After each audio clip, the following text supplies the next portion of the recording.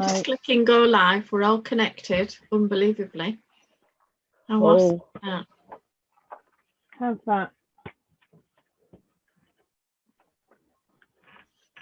Oh, my friend Sharon saying that Henry Cavill is too clean. Henry Cavill? Oh, so I've just replied and said, not as the Witcher. Oh, He's very much lived in and mucked up, and just how I like him, with a just right of grub about them. See, this is why I like really go for Jesus. Tailored. Although it is a flipping wig, which is a little bit unfortunate. I'm going to invite that Imogen and Sadler to watch. Oh, not her again. Do you really want her? I suppose so. Do you like my new?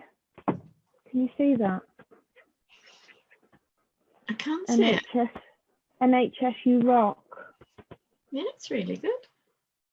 I might put it in the window.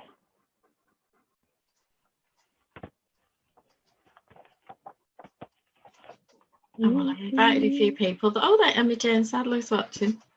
Is she here? Yeah. I'm telling you, you just can't get away from her. Mad, isn't it?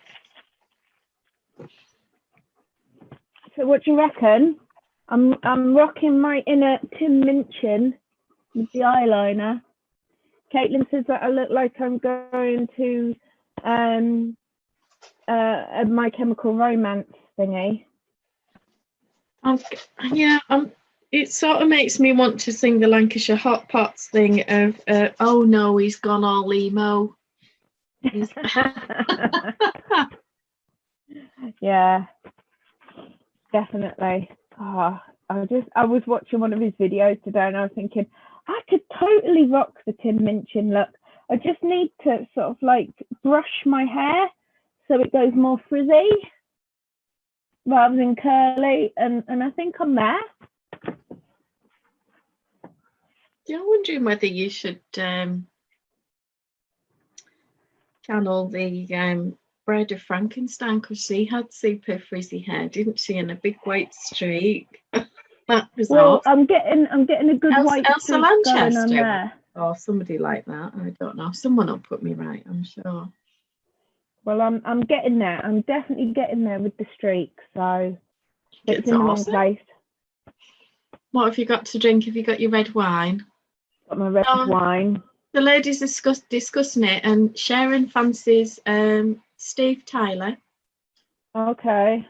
And Mandy wants Jason Samoy. Yeah, kind of with you on that. I do tend to, when I don't stand a chance, I do like them quite muscled and firm. Captain America might be another one, but you'd have to be rolled in mud or something. It's just a bit clean most of the time. He's a bit too clean cut, isn't he? Yeah. Yeah, Boy Scout and all that. Yeah, no. I don't know what it is. It's I like the old the rough and ready look. I'm liking guy liner at the moment. What's with the guy liner? Today. Definitely been missing my husband too long, I tell you. That's what the problem is. Guy liner and dreadlocks is suddenly looking really attractive. Oh, flash! I'm on a bit of grey. Yeah. And then I've got 2 more light grey after this, silvery grey, and then 2 rows of mocha, and then I finish my repeat, and then I need to make a decision about, do I carry on or do I stick a border on it? I think you should carry on. That's what's left of the grey. Yeah, keep going. I could probably make 2 this size out of what I've got, maybe even more. I don't know whether I should just carry on and do the single bed size. I think you just keep going. Yeah. I've got a catch on my nail. So I finished one burp cloth yesterday. That's lovely. I like the blue and pink in that. It's really cute. And then I've started another one, which is... And I'll say it, but everyone else is thinking it, that those kind of variegated yarns hide a multitude of stains whilst you're out. because nobody can tell Exactly. whether the yellowy bits on it are sort of baby sick or whether they're part of the yarn pattern. One will know. No one will know. How fab is that? So yeah, I'm quite enjoying making these. They're just easy knitting, aren't they? Yeah, they're quite relaxing. Very much so. Yeah. We went into town today. Jake came with me. Said I don't need anything and I don't really want anything, but I feel like I need to go out. He's barely left the house in the last week and doesn't seem to be bothered at all. I think if anyone is more relaxed about lockdown than I am, it's him. It's just he's loving all these duvet days and no pressure of being expected to be anywhere or do anything particularly. Other than at some point I will kick his head in if he doesn't do that pass with the pressure washer. Well, he did say he would do it. He did promise. I should have videoed it, but Yeah. there you go. I'll learn next time. But yeah, we went into town. I parked at the bottom of the town so that we had to walk up the hill to the post office. He then disappeared and said he would go to what we refer to as the cheap shop, all the discount shop stuff, and then said he would probably nip into Bargain Booze. So I toddled to the post office, not a very long queue at all, very quickly seen and out again, all sorted, all very professional. And then he said, oh, you're going in the cheap shop? And I'm looking in my purse and thinking I've got £5.50 in cash and they don't take cards. Oh.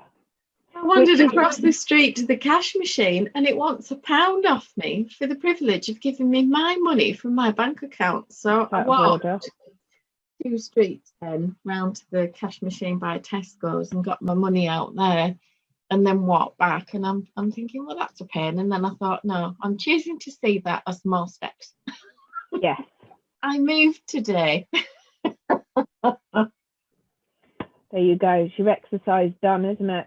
Yeah, and then there was a reasonable queue for the little shop because they were only allowing 2 people in at a time. I mean, they could probably get away with 3 if I'm honest, as long as people were respectful, possibly even 4. You always get that one person. Yeah, and the staff were really good and very friendly and genuinely pleased to see you.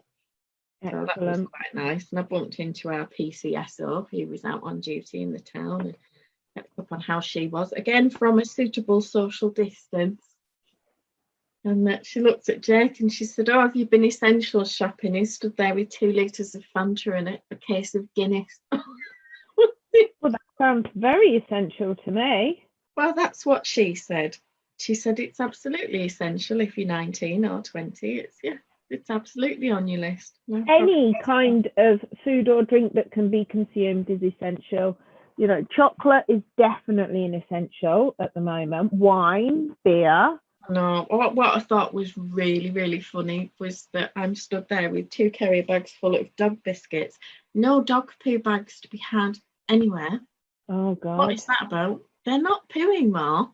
No. So maybe people are actually picking up after their dogs for a change. They're actually, what's going on though, Loraine? It's the same conversation I had yesterday.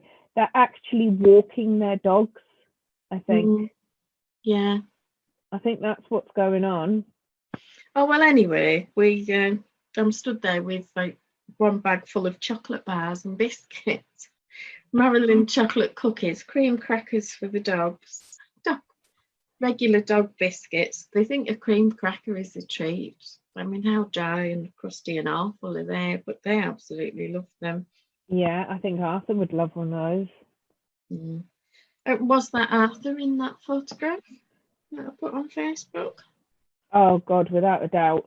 Not just that it doesn't smell the same, it's not the same quantity or often enough as well. This is what he tells me off about. He says, you really do feed me infrequently. What's going on?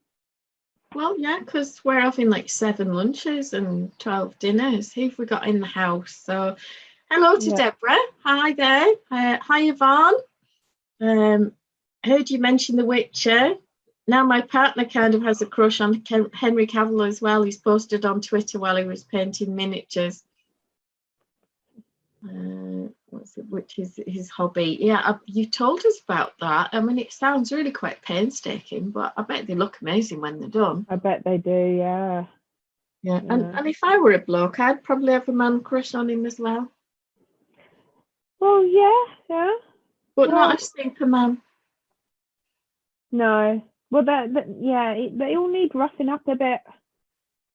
Yeah, I guess another 10 years when he's looking a bit more like Tommy Lee Jones, and I'll be totally in love. It's when they lived in, isn't it? This is the thing. I definitely a bit Tim Minchin-y today. So the other day it's Ben Forster as Jesus, and I'm feeling the Tim Minchin today. Oh well. Who else has joined? Helen's in. Helen Gibson. Hi, Helen. Hi, Helen. Have you had time for any knitting? Because I know she's been doing lots of walking with Gilly and. Lots of people have been in the gardens. I was supposed to cut my grass today, and I wimped out. Well, we won't tell anyone. No, don't tell anyone. I went and stood on the top of the decking and looked out at the grass and decided, nah. What quarantine have you got today, everybody? I've got a big mug of builder's tea, no shock there. And I've got my customary plastic beaker because I am not trusted with glass. Yeah. And today it's some ice with caramel liqueur because Jake's decided he doesn't want to drink the rest of it, and has taken my half a bottle of Jameson's Irish whiskey hostage in his bedroom, so I'm drinking his booze.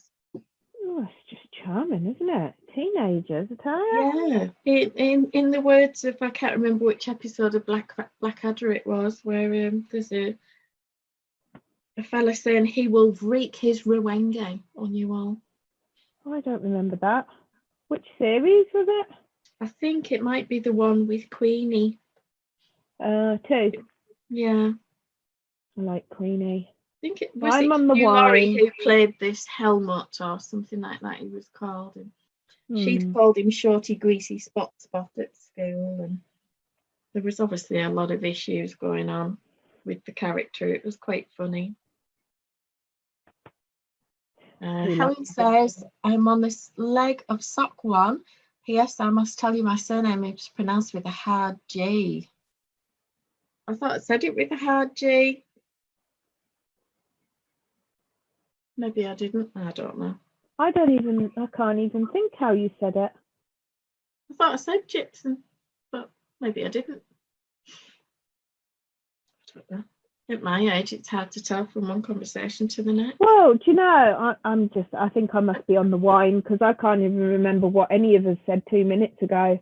And I've only had half a glass. With us. Hello, Anne.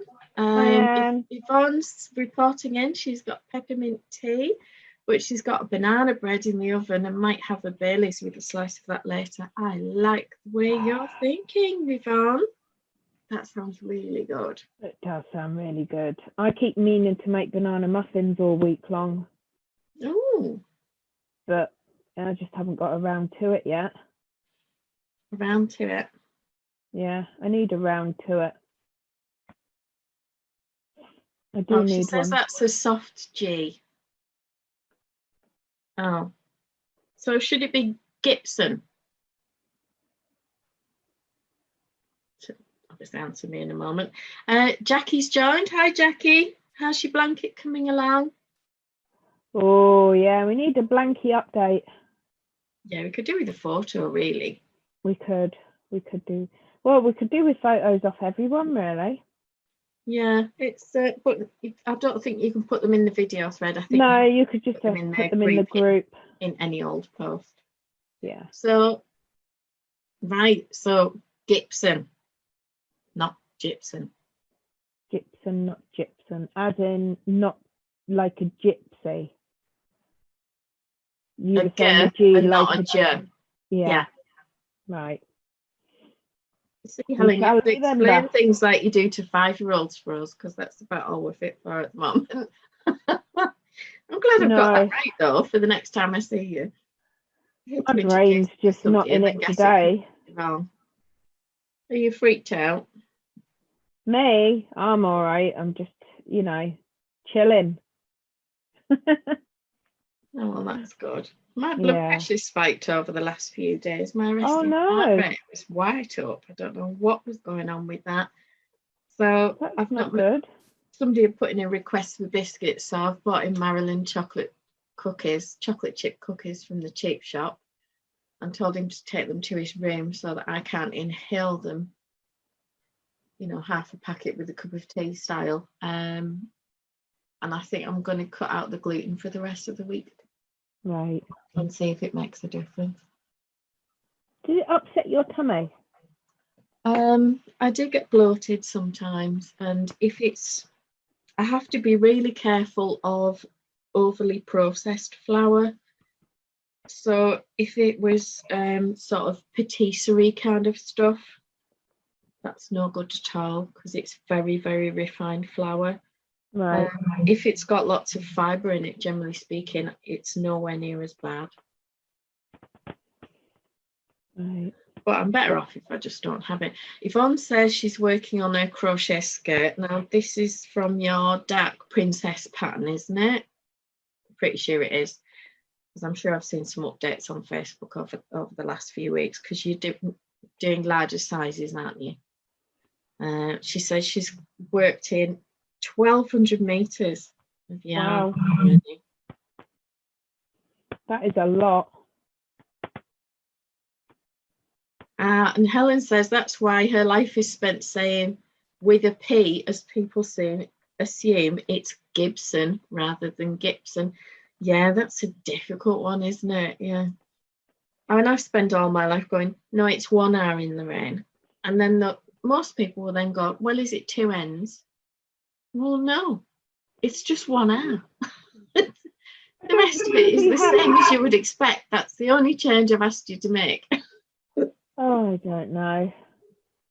And there was the lady with my insurance paperwork who sent a letter to me, and I was living in Barrow, in Furness, which is hyphenated.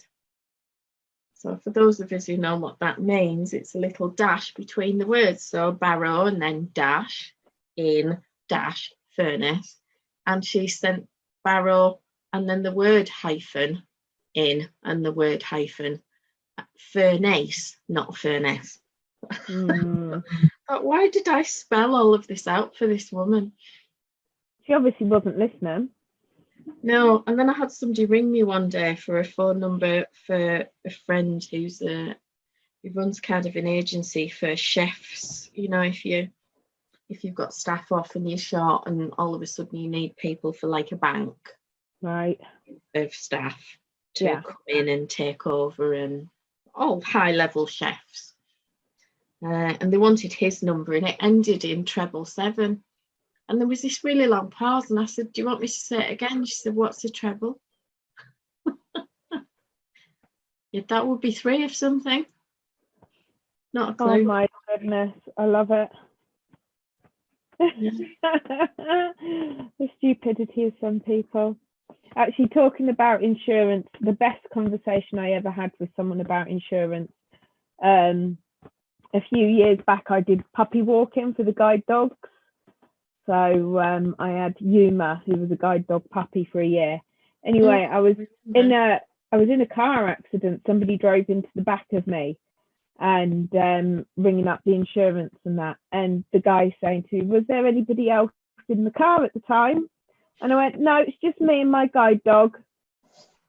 And it literally stopped. You could hear him thinking, how can I be driving if I needed a guide dog? Well, yeah. When my dad was in the police years ago, on Carnival Night in Ulverston, which is usually the first Saturday in July. Yeah.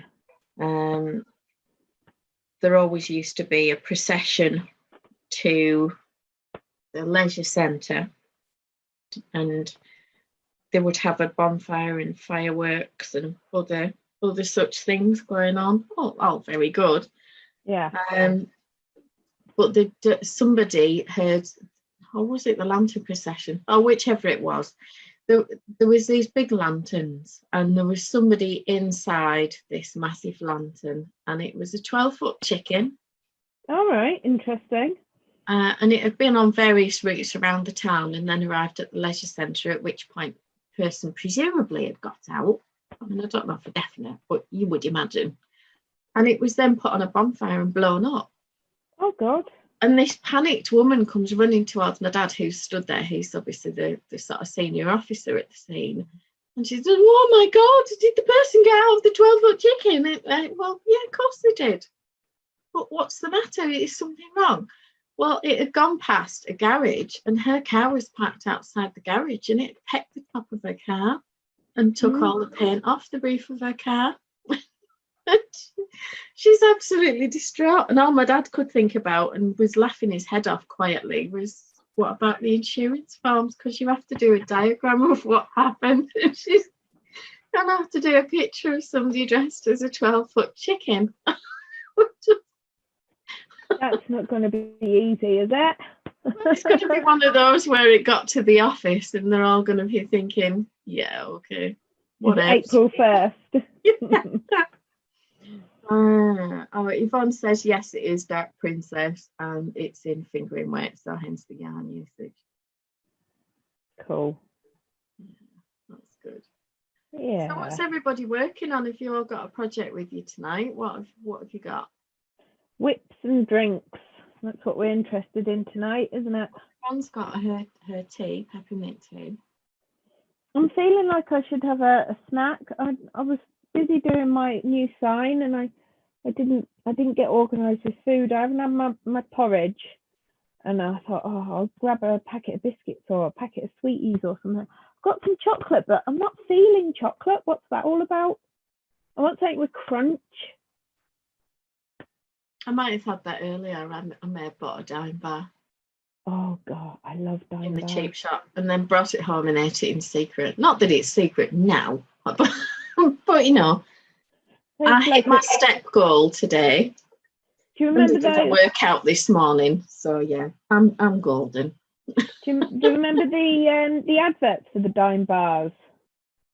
They're like armadillos, crunchy on the outside, smooth on the inside. Dime bar, crunchy on the inside, smooth on the outside. No, I don't. Do you not remember those with Harry Enfield? He was dressed up as like a farmer, and the one guy, he had his dime bar, and he's going on about it being crunchy on the inside, and he's lifting up his armadillo. Armadillo. No, sorry. I did watch on YouTube. That's how desperate I was the other day. A series of adverts. Do you remember the Castella Classic cigar adverts with Russ Abbott?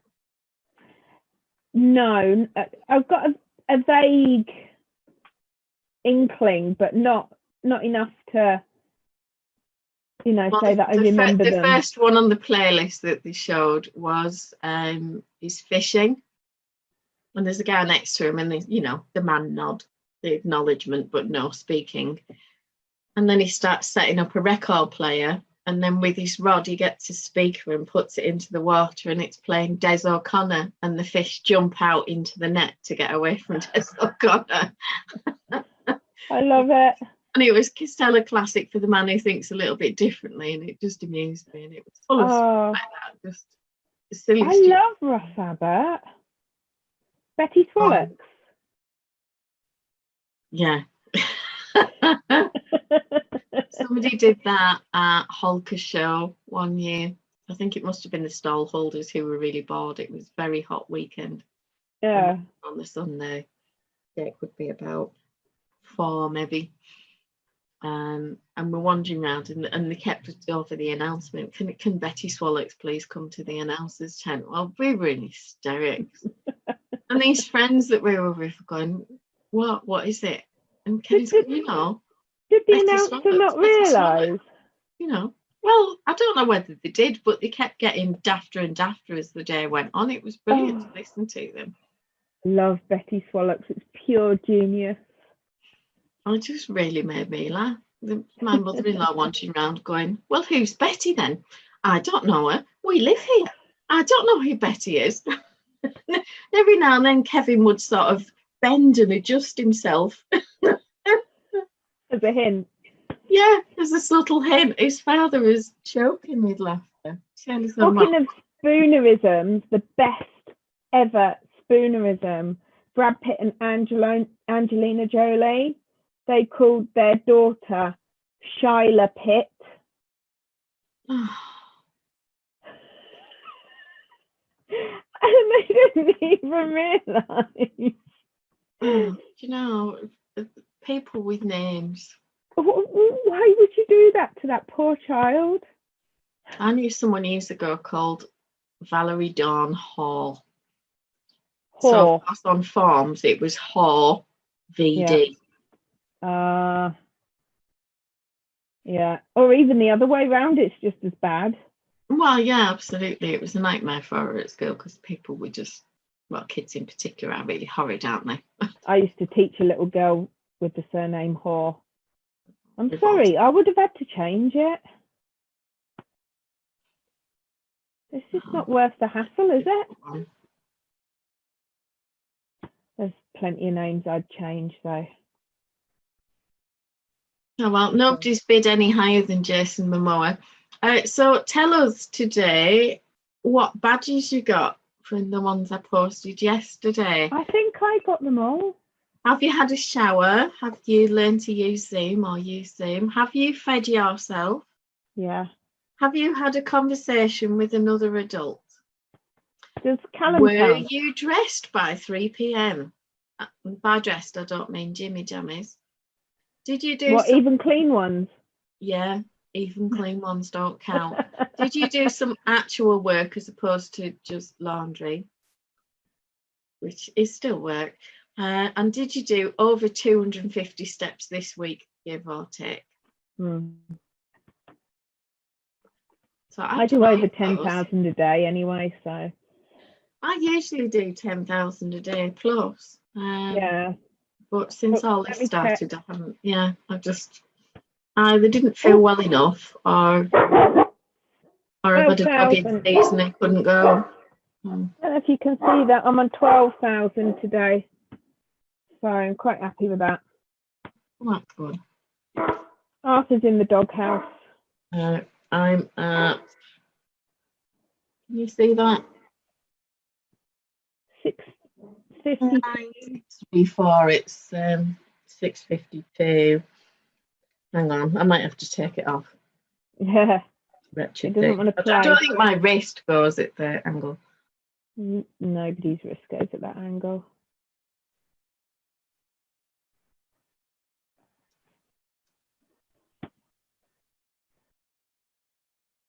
$9,634.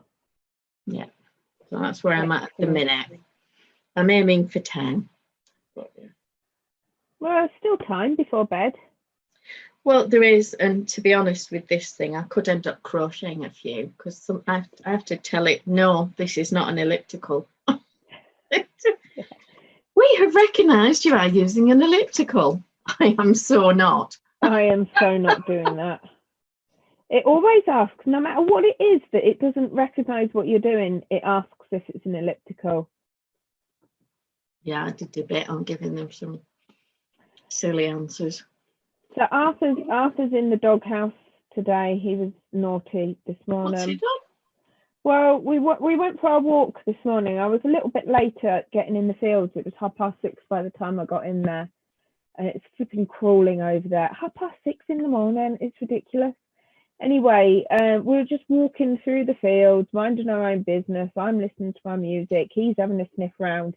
And this guy comes round the corner suddenly, makes us both jump. And he's got a little yappy thing on a lead.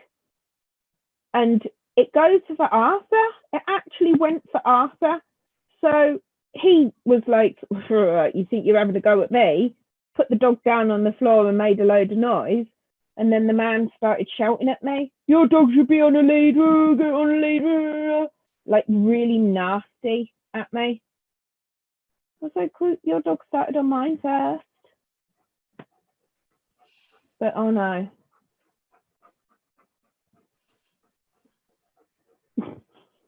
Just take the high road, just the moral ground. Oh, Yvonne got 4 of the badges today. Oh, well done, Yvonne. Which ones? Yeah, I think we need another badge for I wore a bra. Yeah, that's definitely, well, I mean, I have to wear one every day now. Well, yeah, because we're always going live and it's... You know, some days I did get away without having put one on at all, but not anymore. No, it's not good. And from my point of view, the stage I'm at, I just end up with them wrapped around door handles or getting in the way of absolutely everything as they race to the floor. And you look, well, I don't know about you, but I look like I've got no boobs because I look completely flat chested, but I've got like 3 tummies going on down here instead. What's that all about? I don't know. I'm calling it a sunken chest. Full of hidden treasure. Yeah. Or double deckers. Or double deckers. Don't you start flashing that double decker at me, because I am starting to feel a bit peckish. And my drawer is decidedly empty of treats because I just ate my last American hard gum. Have you not got any of your Morrison's chocolate? I have, but I don't feel the chocolate. I want crunch or chewy. I want something, you know, rather than just melt in the mouth. See, a double decker would be ideal. What's a double? Double. So pass it that way. Well, no. If only. Yeah. Sorry about that. Apparently it worked last week when I poured the wine down in it. Well, yeah. Just working then. It's not fair. Ball of wool on the floor. Oh no. It's fine. I'll crawl under the table tomorrow and get it. I'm about to cut the yarn and then suddenly realised I hadn't brought scissors to this side of the room. So. Oh no. I know. It's just, they're all over there. I'll have to go and get them. Well, that's the problem, isn't it? I find it. I sleep better if I go into a different room at some point during the day to sit, rather than sitting in my bedroom all day. Obviously, I sleep better. However, I find it a right chew on because I have to move everything. So I want to move everything in the morning to get up and go and either here or sit in the front room or sit in the garden or something. And then I move it all back in my room again in the evening because I sit in bed and watch telly. It's like, oh, this is getting ridiculous, moving my laptop and everything. Do you know if Captain Tom's raised any more money today? He was over 12 million the last time. Yeah, it was over 12 million this morning while it was on the news. I think I'm sure somebody said.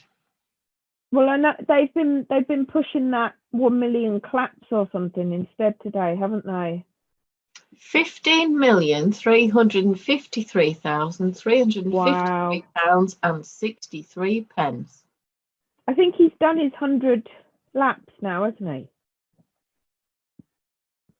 he? He finished his laps today, and it was something like 12.3 million at that point. Unbelievable. So he's raised more than 3 million after that. Well, if you think about it, there's like 60 million people in the UK, and if everyone just gave £1. Yeah, I mean, the reality is, if you look at the donations, most people are doing £5 plus that are declaring it. I gave 35. Lots of people who aren't declaring what they're doing.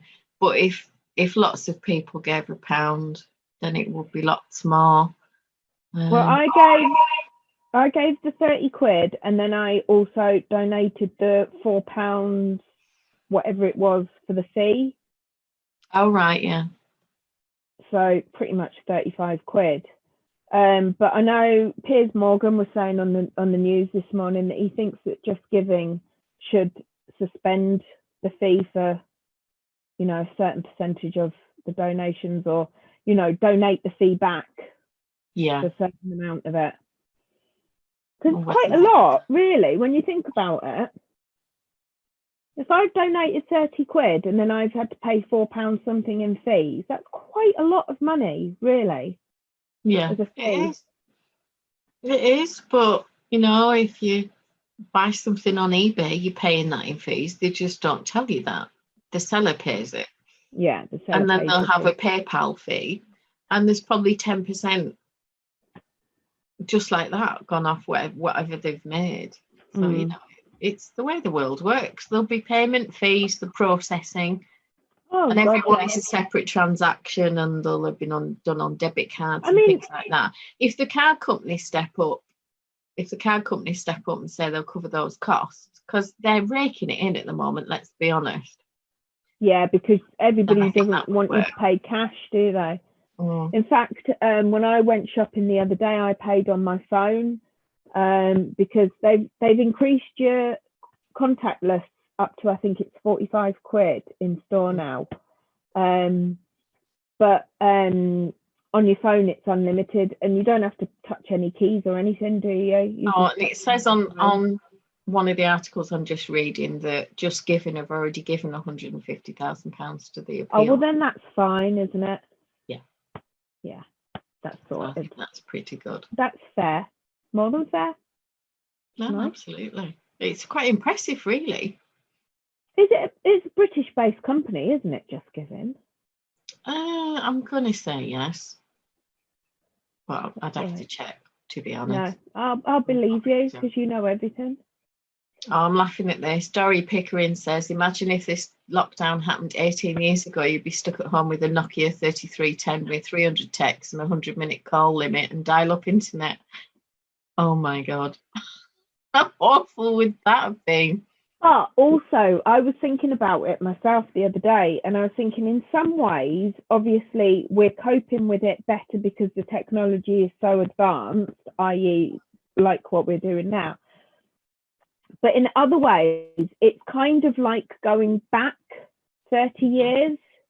You know, people didn't go out to dinner or get takeaways as much 30 years ago as they do now. They might have gone down the pub, but they didn't really, you know, I mean, I remember growing up, I think the first time I ever went out to a restaurant for dinner was my sister's 16th birthday. I'd never been in a restaurant before. You know, and then there's other things. In the 70s, when I was probably about 6 or 7, we used to eat out once a week. Really? Yeah. Were you posh? If not really, no, dirt poor most of the time. But Dad had a particularly good job at that point. And we used to go to either a Chinese restaurant in Skelmersdale somewhere, which is where we were living, or if we were visiting family over in Manchester or other areas, then we'd maybe go to like a Burney Inn or something like that. Right. And I can remember we were staying overnight on the way up to Edinburgh because it was the old A7 route. It wasn't the motorway or any of that easy driving. It took hours, it really did. And it was a long drive from us in Skelmersdale. And Mum and Dad had booked an overnight at this place, and somebody had taken us to our table and they're passing menus round, and my brother's 2 years younger than me, and he sort of sat there looking round and listening, like a menu, sir, and handed it to the child. And Colin just looked up and went, we've been in nicer places than this, haven't we, Dad? It's a bit scruffy. Oh, my mother was going to die. My dad had a newspaper on the table, and I remember the newspaper sort of flapping up and was going like this because my dad's dying laughing behind it, and Mum's having to deal with it. That's just so Colin. That is brilliant. But I do definitely think that it's just going back over a little bit, a few years. I think, you know, we didn't go out for coffee, you know, Costa and Starbucks and all that. You wouldn't have dreamt of going out and paying £5 for a coffee.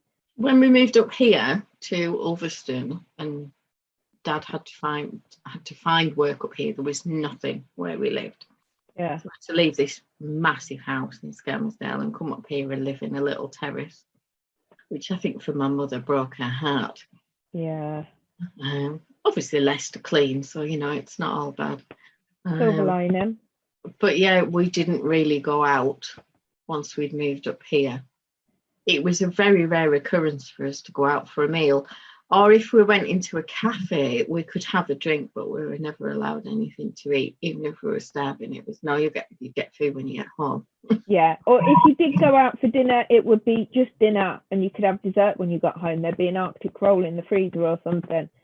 Yeah, you know. The very cinema, we never went to the cinema very often. Cinema was for birthdays. I remember going. I kind of feel like we're doing the Tim Brooke Taylor thing with they don't know they were born. Yeah. It just feels like that's what's happened, is that we just back a bit. That's Simpler cool. times. Helen says the height of sophistication was scampi and chips at a pub for my parents. Exactly. In a basket. We had a pub in the 80s and it was scampi and chips, chicken in a basket. And lasagna. Have I mentioned the duck's balls before? I don't think you've mentioned duck's balls. I think I would remember duck's balls. Well, it was duck breast, chunks of duck breast. And then it had this coating, and then it was dipped in honey, and then it was dipped in batter, and they were deep fried. Well, we just always referred to them as duck balls because they were balls. Yeah. Of duck. Yeah. And this guy came to the bar, and I'm taking orders for food. I'd be 12, 13, something like that. I stood there with my pad. And my dad said, oh, it's all right, your mum needs it for such and such, off you go. So I go running off. Dad takes the pad, and I can hear this guy going, yeah, 2 lots of duckettes, and can we have chips, and can we have salad, and we'll have this, and we'll have that. And Dad's writing the ticket, and as he always does, he writes 2 by duck's balls. And the guy looks over and reads the ticket, and then went, actually, can you make that 2 chicken in a basket? Yeah. How big a duck would you need to have balls that size? Oh, I love it. Looking like this. Well, that's perhaps that's why they spend all the time in the water, because it's cooling them. Yeah, and to hold the weight. Yeah. What a chump. Oh dear, chicken in a basket. Do you remember that? Lasagna and chips, banana split. But a lady and a gentleman used to come from the local gym, Furnace Health in Ulverston, Margaret and Terry. And they were super lean and incredibly fit, as you would expect for people who were gym bunnies. Yeah. Although it was sweaty man weights in those days, it wasn't like it is now. The free weights, yeah. Fairly rough and ready and fairly grubby looking. But they knew their stuff. They were really good. And once a week they would come for a meal on a Sunday after they'd been sailing up at Coniston. And she would always have the chicken in a basket. And she knew it was deep fried because the skin was really crispy and crunchy. And just nice. So good. And some weeks she would say, oh, I'm in training for event. Can you take all the skin off? We'd just cook it with it and then take the skin off and we'd eat it. Yeah. In the kitchen going, oh, it's so good. And then periodically she'd go, yeah, I've been good this week. I want the skin on. And give it an extra couple of minutes in the fryer. Yeah. Callum is a real skin fiend. He absolutely loves the skin. I don't mind skin. It's fat. I can't be doing with fat. I quite like the moisture of fat in meal because it does add flavour. But yeah, I don't like my dinner swimming in fat. It's got to be crispy fat if it's there. Yeah, it's got to be crispy. I like my bacon crispy. Yes. Mike likes it barely cooked. Oh, Callum's like that. I just don't get it personally. But then I like everything a lot more cooked than Callum does. He will take his food out of the oven a good 5 minutes before I will. Oh, isn't that funny? Yeah. Chips as well. You know, when you cook oven chips and they're crispier and browner on the edge and then they're lighter in the middle. I have the edge ones, he has the middle ones. Yeah, Jake would be a bit like that, but with sausages, I put them in and then I always forget that I've put them in. So very often we get sort of caramelised sausages with crunchy skins. They caramelised. Yeah, but we both like that, so it's fine. Right, I'm going for the chocolate. What flavour shall I go for? What have you got? Dark ginger, fruit and nut, orange, mint. Okay, what's the votes, ladies? Dark chocolate, fruit and nut, mint, and Orange. Orange. My vote's with dark ginger. Oh, actually, no, it's not with dark ginger because you need to send that to me when you've decided you don't like it. I really like it. I've got another thingy coming. I've actually paused the next one because I've got another box was dispatched yesterday and I've barely touched this, really, to be honest. You are an amateur, aren't you? I am. I'm not doing too well, really. So stop trying. I definitely, well, I haven't tried the fruit and nut yet. And I've tried the ginger, I've tried the orange, I've tried the mint, and the plain dark one. I've tried all of those. So which one are you going to go for? Because if I'm saying mint and Helen's saying ginger, we're going to end up with a fight. Well, I think I'll go for the ginger because it's on the top and because it'll wind you up because you like the ginger and it'll get you back for eating that double decker in front of me. I haven't eaten it yet. It's still in the wrapper. Look, evidence of it. And it's a double decker. What do you call a double decker? It's out of date though. 9th of April 2020, but that's fine because we don't go by dates. We go by, does it smell rank? Has it brown? Got fur on it? Well, yeah. Is it brown chocolate, but it's gone white? Then I might start to, go, maybe. No, that's perfectly acceptable. There's nothing wrong with it. Yeah, there's nothing wrong with it at all. Wow. It's just the cocoa butter separating from the chocolate. Oh, well, as long as it tastes all right, just give it a taste. That's what I say. That's what I always tell Callum. I'm busy slurping caramel liqueur. Right, I'm going to get my scissors and cut this yarn. You're going on to the next colour? Yeah. Cool. Oh, that smells really gingery, like proper stem ginger. That is gorgeous.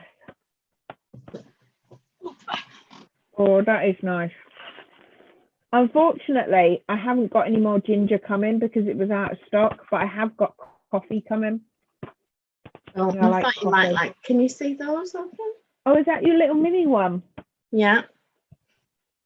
And then we've got slightly longer ones. Cool. So you've been making more? Yeah. This is batch 2. You are so productive. I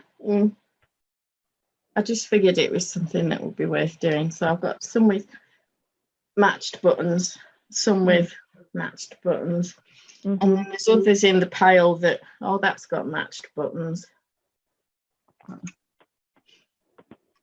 Cool. They're definitely not a match, but they're the same size and roughly the same colour, so it'll do. And that's how I've had to be with my buttons, really. Someone will be pleased with it. It's like they're not a match, but someone will be happy. You'll be fine. It's like someone getting horribly uncomfortable ears and feeling like their ears are being razored off. And it's, Windows says it's busy doing an update and it would like to restart my computer. I think not, Windows. Not right now. Yeah, I think you can go and sling for it. Because if you get kicked out, I'm getting kicked out with you. I can't get left in the meeting room on my own. I've just clicked no. Yvonne says, cheers, she's having Baileys now, though she's not sure if it's a good idea. Keep dropping her hook already. Know that feeling. It's Thursday night, Yvonne. It doesn't matter. Yeah, it's allowed. Embrace it. So, snoopy snip. Yeah. I have to leave the yarn tail on the table to remind me to find it later. So while you've been highly productive making something that's actually going to benefit somebody and make their life a little bit nicer, I've just been faffing around drawing and colouring. Yeah, which will make someone smile and be happy and feel appreciated, will it not?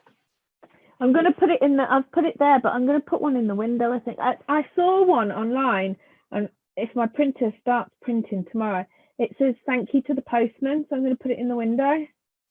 I've got a thank you to my postman. I told you about that. I thought you were going to Yeah, well, you disinfected your flaps. Yeah, dear Posty, dear Cal, thank you for your service. I have washed my knockers and my flaps for you. Lots of love. Well, I think what I'll do is I'll try and get the postman one printed off and just put it and like write a little note to him on there. P.S. Saying that washed my flaps. Letterbox yeah. flaps and door knockers for anybody who's got a dirty mind. Obviously. Definitely. Well, I managed to slip through 2 hours worth of caramel liqueur really quickly. Oh, you need to get some more. What I need is the light grey. Shall I give you a flash?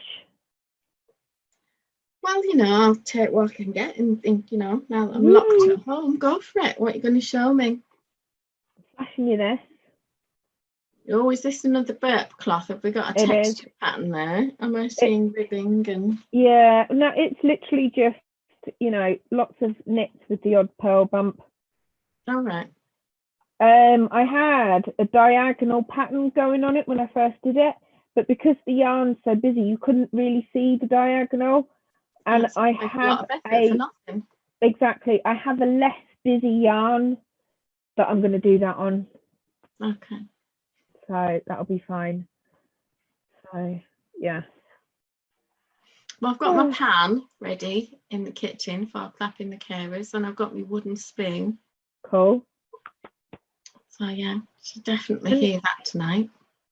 I've been practicing my flute. I was thinking I might take my flute out, but it's very hit and miss with the sound at the minute. So maybe next week. There was a little girl in either Barrow or Walney last week who, when they were doing the clap for the carers, came out so many minutes early and sang You'll Never Walk Alone. See, that would make me cry. Honestly, I was sat there. I must have been chopping onions because I was in bits. And I'm a Man United fan. It's not like I'm going to do a Liverpool song. But she was brilliant. What a lovely voice she had. And all the neighbours were, you know, Mum, wanting her to sing something else, bless her. Nearly at bedtime. It's really sad, isn't it? But I think it's working, isn't it? I know we're in for another 3 weeks, but don't they say that they think it's working? They do say that they think it's working. I think my main concerns are around PPE and adequate supply where it's needed, and I think they've just BS'd us for weeks saying, yeah, it's on the way or it's being delivered. Well, it must be coming via Kuala Lumpur, because the number of care homes and places like that who've had nothing, or people that I've spoken to in the medical profession who are being told that they've got to wear the same mask for a 12-hour shift. Really? Yeah. I wore my mask. Now, I must say that I washed this as soon as I came home in some soapy water and then dried it on the line. I think this was made for me by Christine Winder, who's in the group. Right. I wore that for 2.5 hours doing 20 minutes of shopping in Ulverston. If that. How long it took just to get the basics done. And I was boiled, sweaty, struggling to breathe and uncomfortable. So what it's like with one that's actually got a filtration system and all of this gubbins in it. And it's proper tight on your face. And it's a tight fit on your face. Must be awful. I actually did think the other day, because you can get patterns for them and that, I was like, right, I've got loads of material. Should I make myself a couple?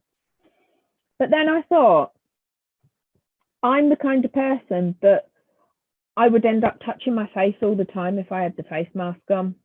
And I think for me personally, it would do more harm than good. Because it'd annoy me. I'd be constantly like rearranging it and sorting it out, and I just don't think it'd be a good idea for me.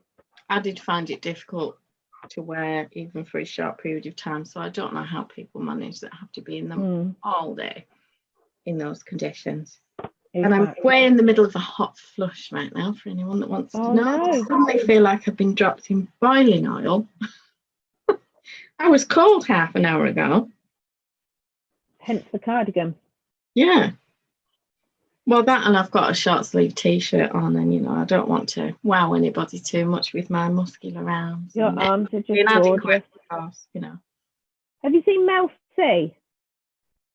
Yeah, not recently. Her arms, right? Honestly, when I watched Jesus Christ Superstar on Friday night, right, I had arm envy. I had a bit of a crush on her, and I had arm envy, and I immediately got the blooming weights out at the weekend because her arms just, do you know, like women can look, they've got too much muscle in it and it doesn't look nice.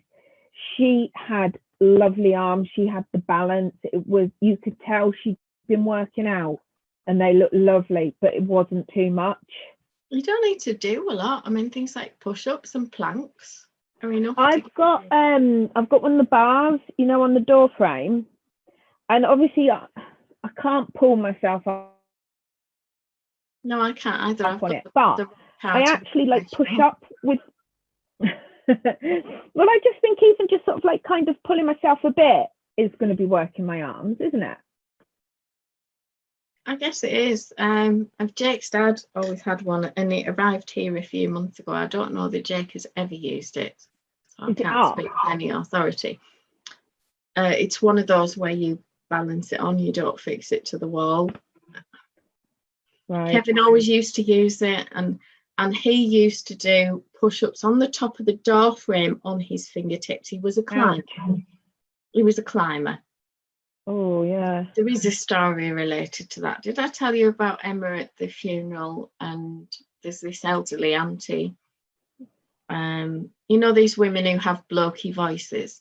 Right, okay. And Emma, and what are your interests? And yeah. Passionate. And she's, oh, well, I'm learning all about climbing with Miles so that we've got a hobby in common.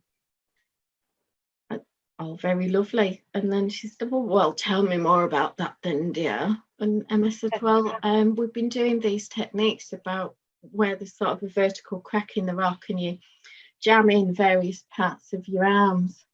And I think the one I've been doing this week is fisting.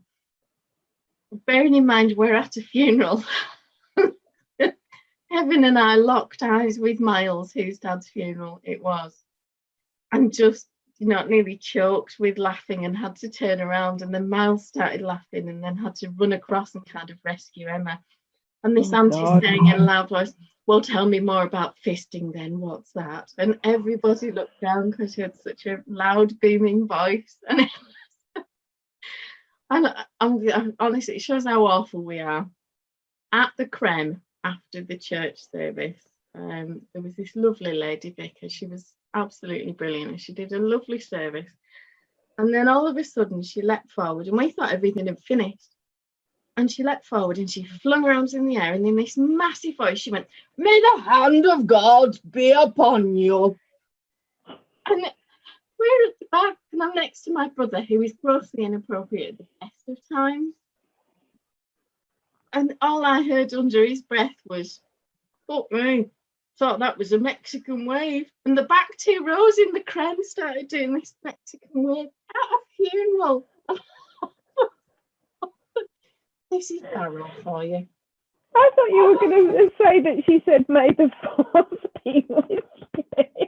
No, she said, may the hand of God be upon you. And I think it was something like in the Italian. Oh, every time she got that bit out, and we'd all recovered from going, because we didn't think she was going to say anything else. And then everybody kind of did this Mexican wave at the back, and it ran beautifully right the way across the creme, and he couldn't have planned it any better. And Miles is at the front staring back at us going, oh, really? Oh, I'm just dying. I'm sorry. You can't do that. His dad, bless him, his dad was honestly, could not have looked more like Eric Morecambe if he had tried. I still haven't recovered from the tell me more about fisting. And so there were people wandering around doing the paper bag trick and walking up to the windows and saying things like, he won't sell much ice cream at that speed. Oh my God. Oh, honestly, what a day out. And it was a lovely buffet, you know. Have to look on the bright side. Never annoyingly undercated. I love it. Well, it's the only reason to go to a funeral, isn't it? To see what the buffet is like. Oh, what's Yvonne saying? She's on vacation tomorrow. She's Woo, ordered woo. herself food from small businesses online. No energy to make her own. That'd be masks. Yeah, absolutely. I know what you mean.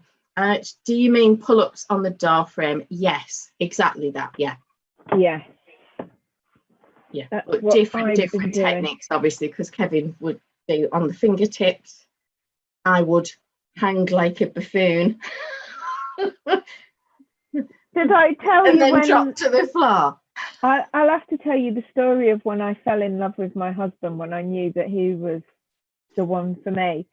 I met him through a friend. So I was friends with this lady. It was her fault. Well, yeah, it was her fault. And her husband was friends with my husband, right? Who wasn't my husband at the time. So I just used to go round. So they were married with 2 kids, and I'd be around there quite a bit. And he would go off of an evening to the gym and, you know, come back all sweaty and everything. And then, like, this one day he brought Phil back with him, and we sort of like started to talk and everything. And so I don't know if they kind of were trying to put us together or whatever, but anyway, sounds like it. But a few weeks after we'd kind of met at the house, my friend Bridget, who was the wife, she said, they're in the gym at the minute. We ran the corner at the supermarket doing the shopping. And she's like, they're in the gym. Should we go and spy on them? So we went into the gym, and there was like, the gym had been a converted squash court. So it had a viewing platform over the top, and you could see down into the gym. And so her husband was laid on, you know the bench presses that you lay on the bench and you push the weights up, right?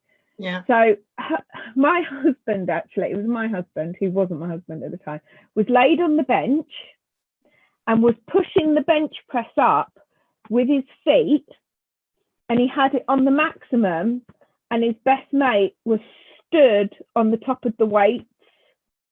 So he was pushing with his legs all the weights and his mate like that. And I just went, yeah, all right then. Was this on the basis of potential stamina? Yeah, you know, well, when you're going for a mate, he's got to be in there for the long haul, isn't he? You know? Well, yeah. So yeah, that was many moons ago. That was in 1994. Can you believe that? Doesn't seem possible it was that long ago. I met Kevin when he came to my parents' house. I had moved back home after separating from a pig of a boyfriend. Okay. I was putting life back together, really. Yeah. Kevin had called round to have a word with my dad because there was some skullduggery going on within the police, some politicking and trying to manoeuvre people about, you know what organisations are like. Yeah, there's always skullduggery, isn't there? And he decided to be honest and tell my dad what was going on. And my dad, bless him, managed about 10 minutes conversation with him. And then Kevin and I chatted till 11 o'clock. And my dad interrupted us with a cup of tea and said, why don't you come round for dinner tomorrow, Kevin? Well, he's obviously got the seal of approval. Was he handsome? I suppose he was. Yeah. He was funny. He made me laugh. And that's very important. You know what? It is really Still makes me laugh, even it? though, you know, obviously he's remarried. Mike and I have been together, 10 years, 12 years maybe. I mean, sometimes just because you can't live together doesn't mean that you can't still actually be fond of someone, does it? Well, when he had his heart attack, and he died twice last year, bless him. Yeah, I know he was very, very poorly. And at one point they thought they weren't going to rescue him from the first heart attack. I mean, Rachel gave him CPR, this is Jake's stepmom, for well over 30 minutes before the ambulance arrived. Yeah. And then it took them 45 minutes to get the heart going properly enough to move him to a hospital to then do an assessment, and then he had an operation and another heart attack, because, you know, got to make your point. And they sent Jake and Rachel home from Carlisle, and said wouldn't rush back in the morning because they won't be here. And he obviously had other ideas. That's sort of really very nice way of putting it, though, is it? No, bedside manner wasn't the best, I have to say. But having said that,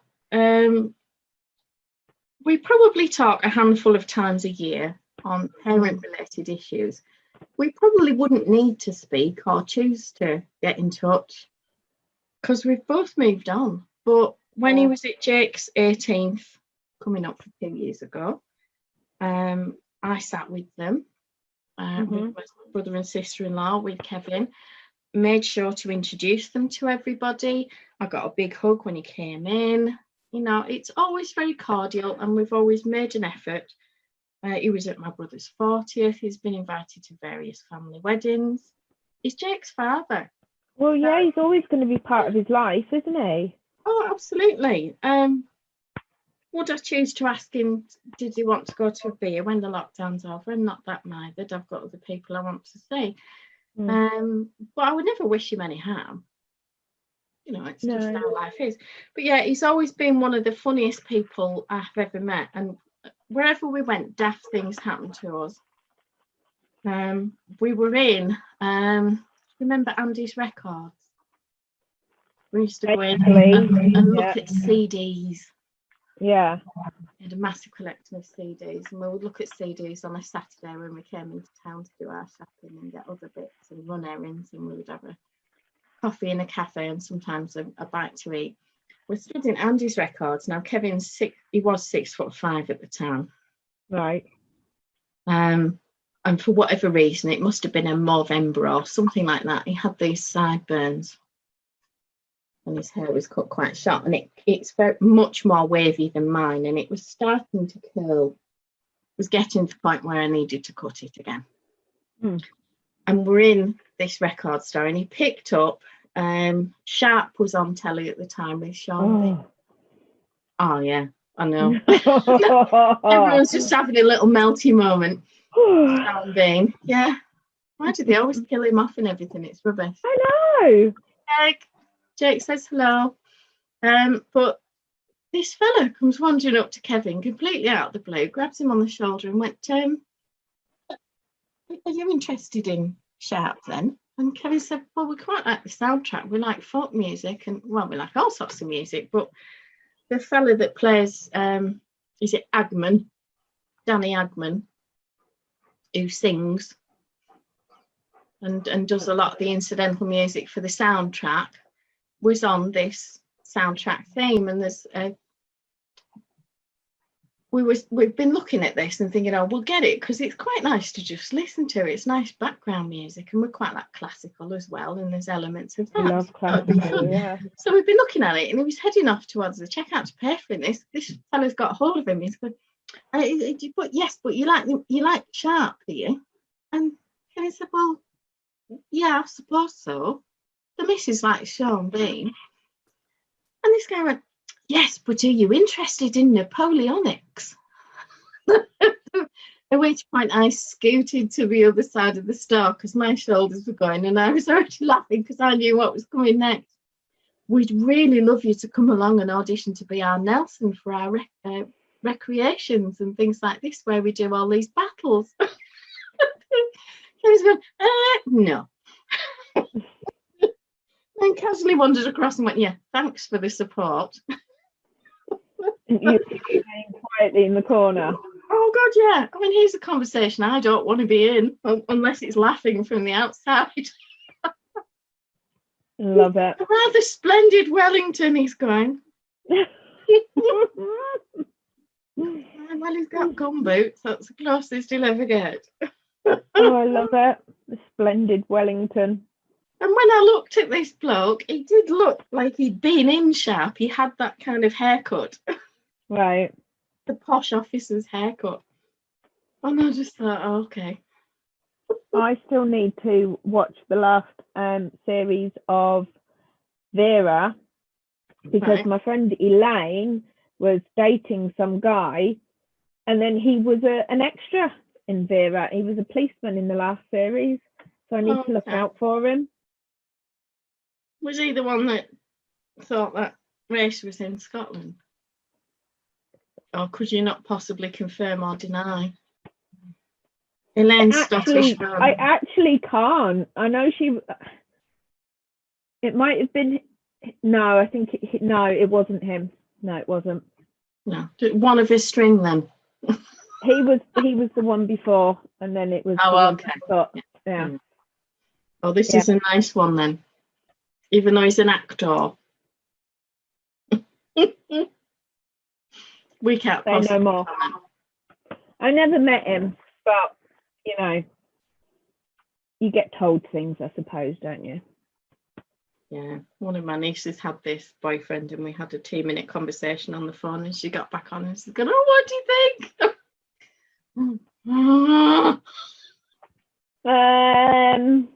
How can I say this? Yeah, unfortunately, the words "arrogant prick" were out of my mouth before I'd even thought them. It was a conversation that ended very quickly, and I was right, and he was soon gone. It depends. And he ended up in jail. It depends on who you're talking to. Like, you probably know your family members enough whether you can be honest with them or not. When they say, "What do you think?" do they actually want an honest answer or not? Yeah, I have to judge that. With my Uncle Paul, he said to me one year, "Oh, what do you think I want for Christmas?" And I was a bit tired of pussyfooting around, and I just said, a slap. Someone to slap you to your senses and tell you what's important in life. That's what you want for Christmas. John silence on the phone, and he went, "Yeah, probably is what I want. All right then." That was it. But I know him well enough that I could say that. But there are other members of the family where I would have to pussyfoot around the Thompson element of the family and be uber sweet. It's like my sister, her second husband. I told her all along he was a bad one. I didn't go to the wedding, and I was proven right. I didn't want to be proven right, but I couldn't possibly go to a wedding when I'd been telling her all along. Do you know? I felt like I would have been a hypocrite. I was actually a bridesmaid at a wedding like that. It's so awkward though, isn't it? Did say. But... Yeah. And then the third one, I couldn't get to the wedding, and he was lovely. He was the best one. He really was. And then she said to me the other day, I spoke to her, he's been gone 3 years next week. Did he die? Possible. Yeah, he had cancer. He had bladder cancer, and he was in hospital. And they were supposed to be doing some kind of operation or something, but they were waiting. I don't know the ins and outs of it, but what I've understood is that they had to keep flushing his bladder out or something, and they were waiting for it to be clear in order to do the operation, and the nurses kept doing it and it wasn't clear. And then one day they were doing it, and the consultant happened to see what was going on, and he was like, "Oh my god, that's bits of his bladder, that it's never going to be clear." And it was just too late. There was nothing that could be done. So they delayed the operation too long. That's often the way. Helen says that her Paul has loads of Andy's records. How northern is that, her Paul? I don't think I don't know. We were more HMV, I think, down south. Possibly. No, I'm laughing at that it's her Paul as opposed to Paul. Paul? Her Paul. That's what I'm saying. It's Helen's Paul. As opposed to just being Paul, who's owned by himself. Helen's Paul. My Paul. Her Paul, yeah. Our Paul. Paul. Yeah. But in the context of ownership, it's Helen's. I've lost the plot. Yeah, what's new? Did I ever have the plot? Are you sure you're not a Birchall? Because add wine and it's so much more fun. Paul, innit? Paul. Paul on the wall Paul. Swimming pool. I can put my accent on really strong if I want. No. Innit? You know what I mean, innit? Oh, that was my stepdaughter sent a text this morning. I haven't actually replied to her, bless her. Her little boy is going to primary school in September, so he's just turning 4. Right. He's literally going to turn 4 in May, and then he'll go to school in September. So she sent a message saying Henry got his first choice primary school, and I haven't been able to bring myself to reply to it yet because I want to say I'm sure Henry really doesn't give a beep which school he's going to. What you mean is that you got your first choice for Henry's school. Henry doesn't care. Exactly that. Exactly. And like for me, semantics actually matter. I'm that person that is like, what's the difference between eats, shoots, and leaves? Do you remember the book? Yeah, that is actually quite interesting to me, and apostrophes and commas and everything. And when she says things like that, which she wouldn't think twice, she'd just be like, oh yeah, it's Henry's first choice. No, it's your first choice. Yeah, Henry doesn't give a monkey's chuff at this stage. Has he got a Scooby that he's even going to go to school? He will be happy no matter where he goes because, you know, he's a sociable kid. He loves nursery. He's going to love school. And if you put him in that school or you put him in that school, he would be happy. He really wouldn't care. But it's mum that cares. So, I guess yeah. it is. I remember taking him for his taste today at Leven Valley, and he went at 4. And his birthday was in June, so yeah, he was one of the youngest. I helped out at the first PE lesson. God, it was torture.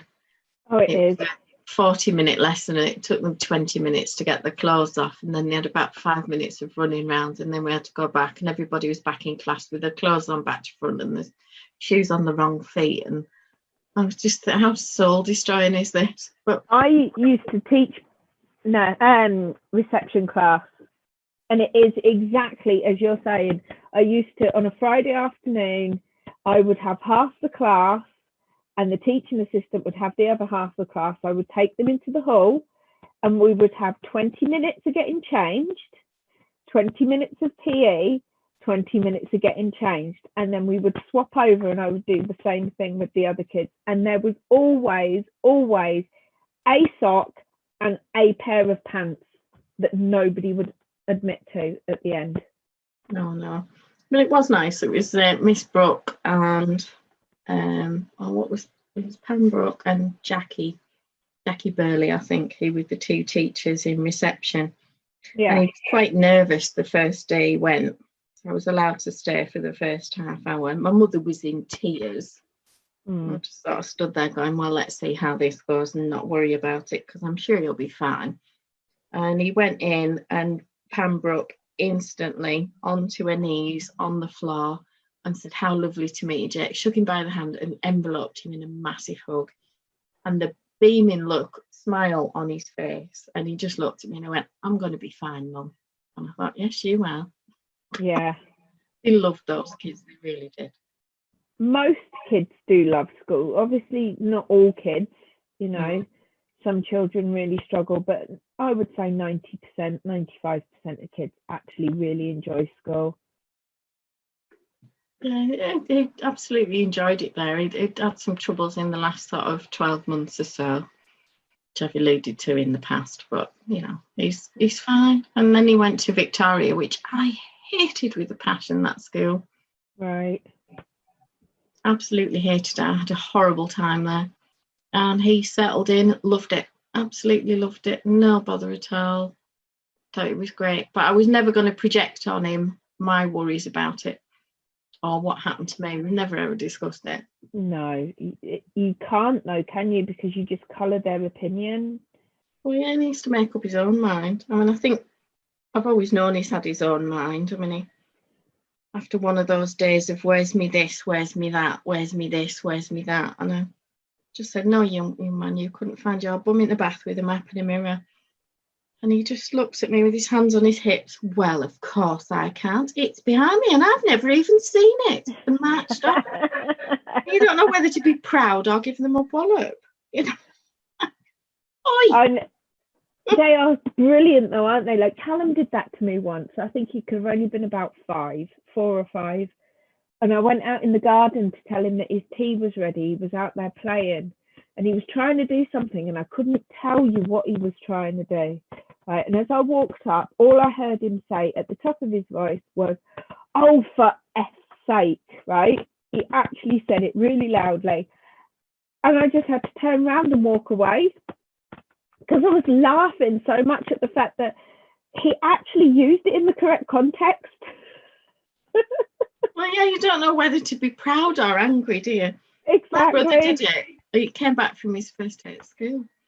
And we sat at the table and Dad's got the newspaper and Mum's going, "What school?" "Well, I've made this friend and he's called so-and-so and we did this and we did that.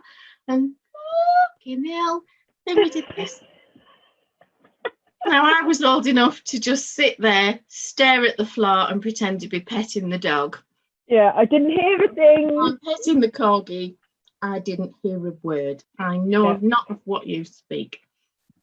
Wouldn't even make eye contact with my mother. And she's going, "What did you say?" And Dad's there behind the paper doing this.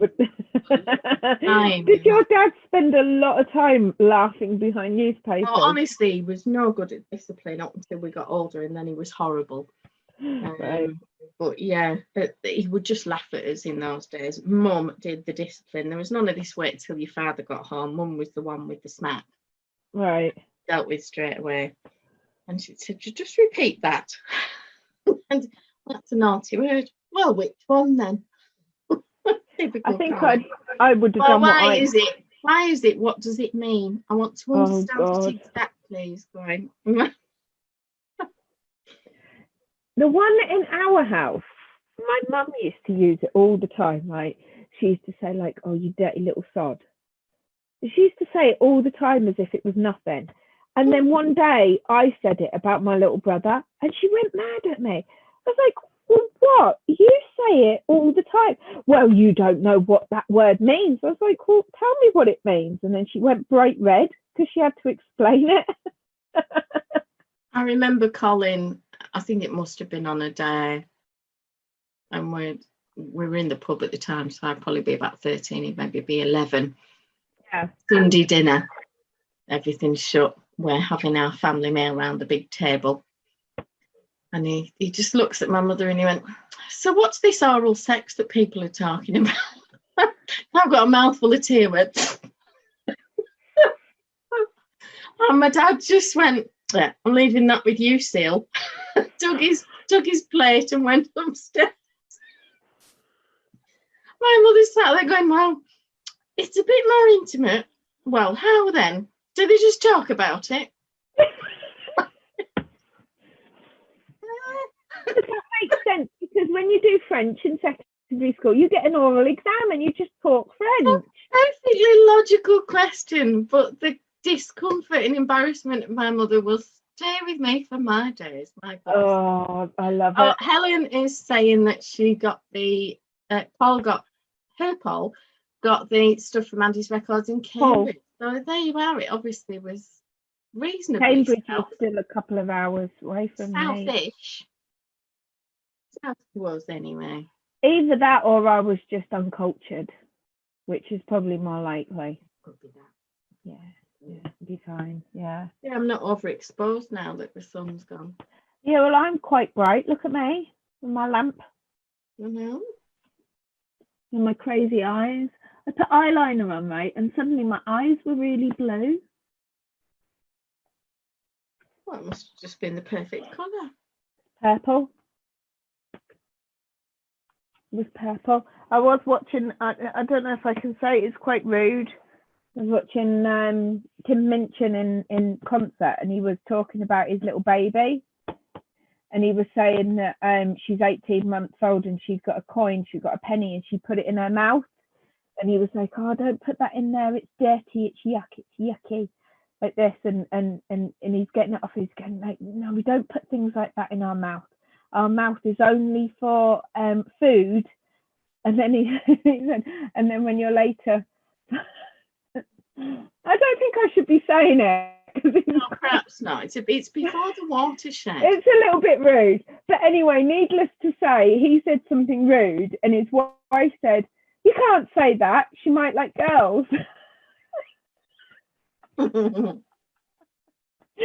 it just really appealed to my sense of humour because it was almost like she was going to tell him off for being rude and saying and this just thing, corrected him. but just being politically correct. And that is totally my sense of humour. But that's the sort of thing that I'd be quite happy to watch with Caitlin. It wouldn't bother me. I don't think any of this stuff that my mum and dad found awkward would make me awkward. Caitlin would probably find that very awkward to watch with me. No, Jake never appears to find anything like that awkward, but he's like his dad. He plays his cards close to his chest unless something makes him laugh, and then everybody knows.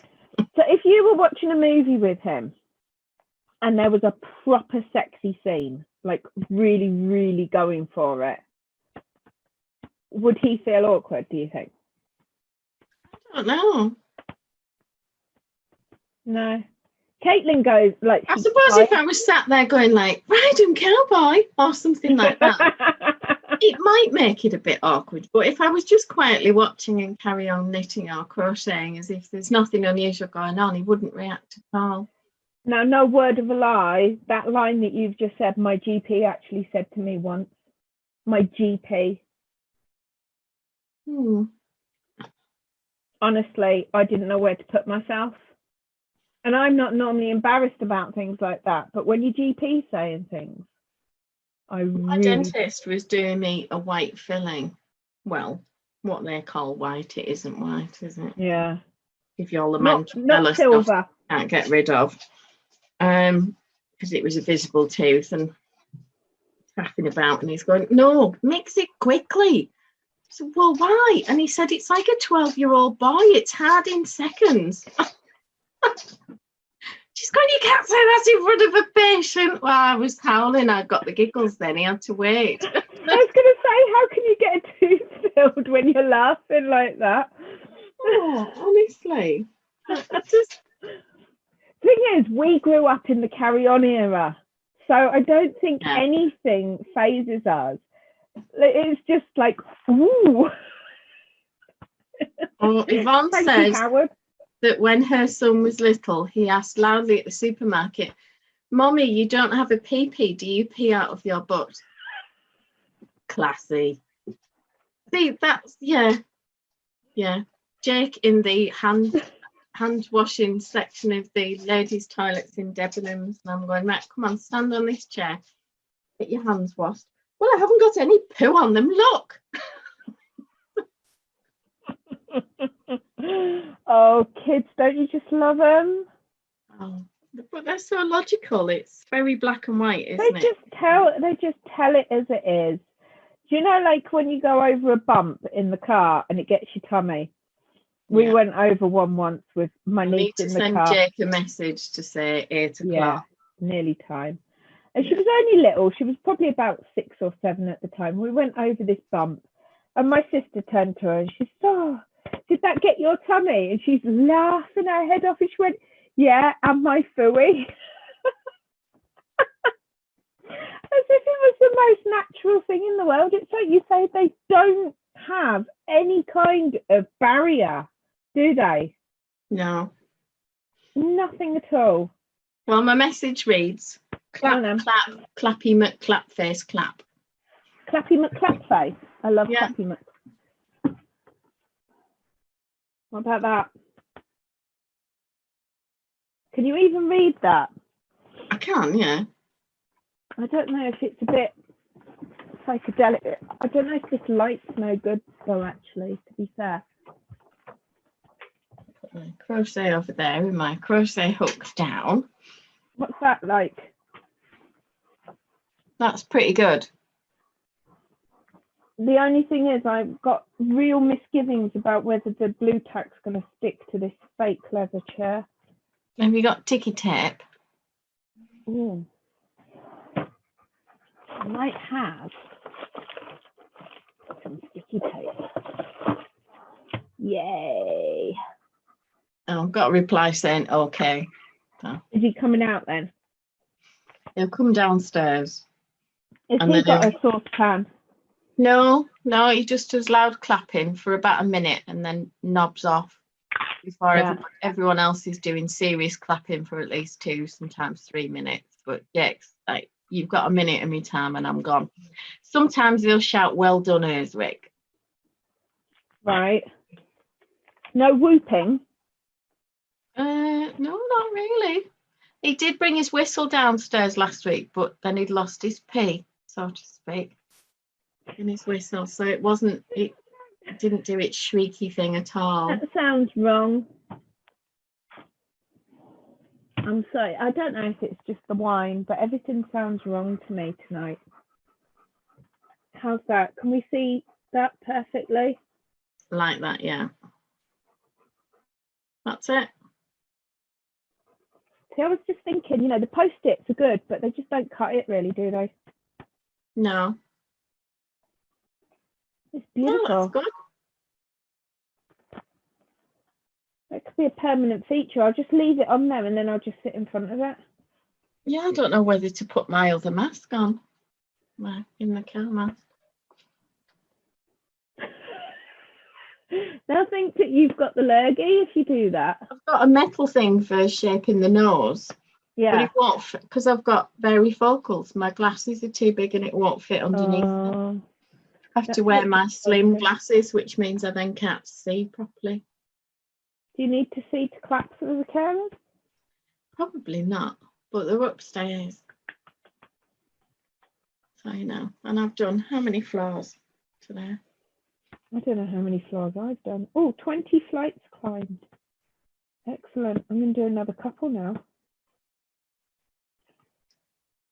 So I think it's time that I went to the little girl's room and then went out. Yeah, that's probably a really good plan. And get I'm going to snacks. give it another minute and go and get my pan because I'm not really sure what time we're at. I suppose I should go onto the BBC website and check. Well, like everybody's got different times on their own, like clocks and watches and stuff, I suppose, don't they? Yeah, but if I go to iPlayer, My TV computer guide, says 1757, 1957, sorry. yeah, mine says 1957. That was a good year.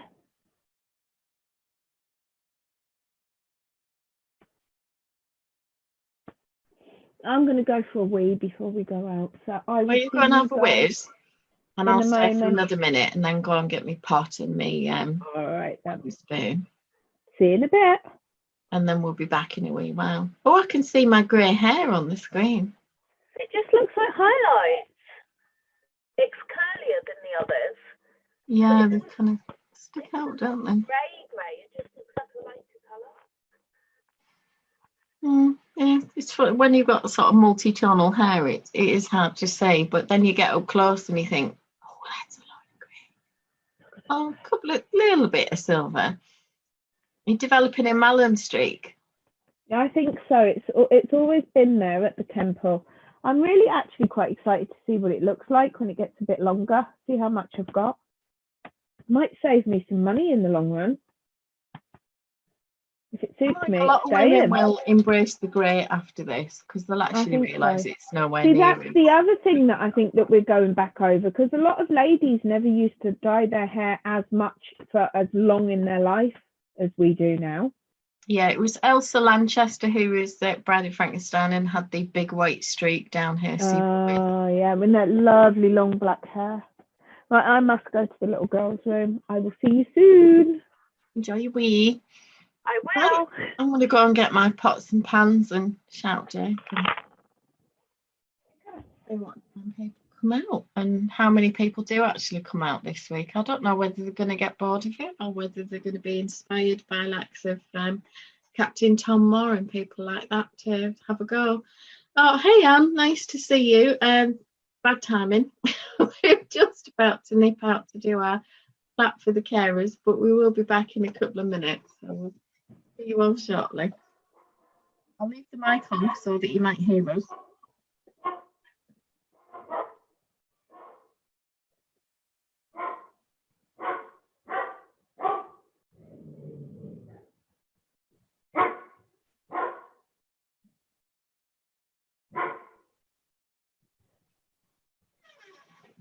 you want a pen?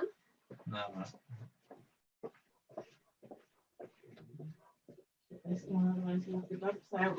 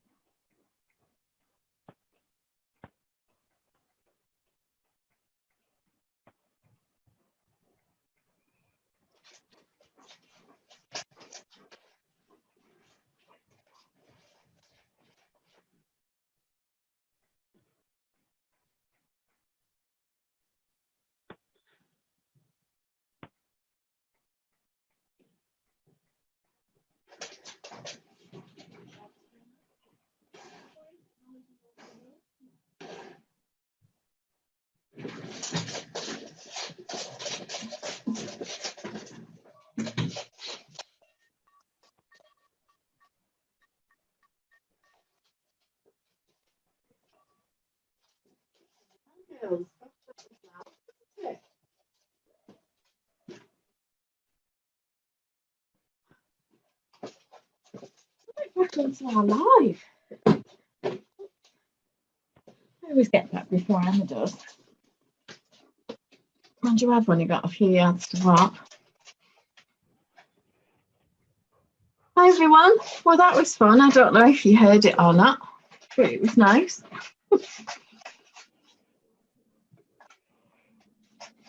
Quite a few people out on the street, but disappointingly, lots of houses with nobody out. So I don't know whether they're just taking it all for granted, or maybe they're busy with other stuff. I suppose at this time of night, 8 o'clock, there'll be people putting kids to bed, or at least attempting to, won't they? Who knows? I think we made enough noise for everybody.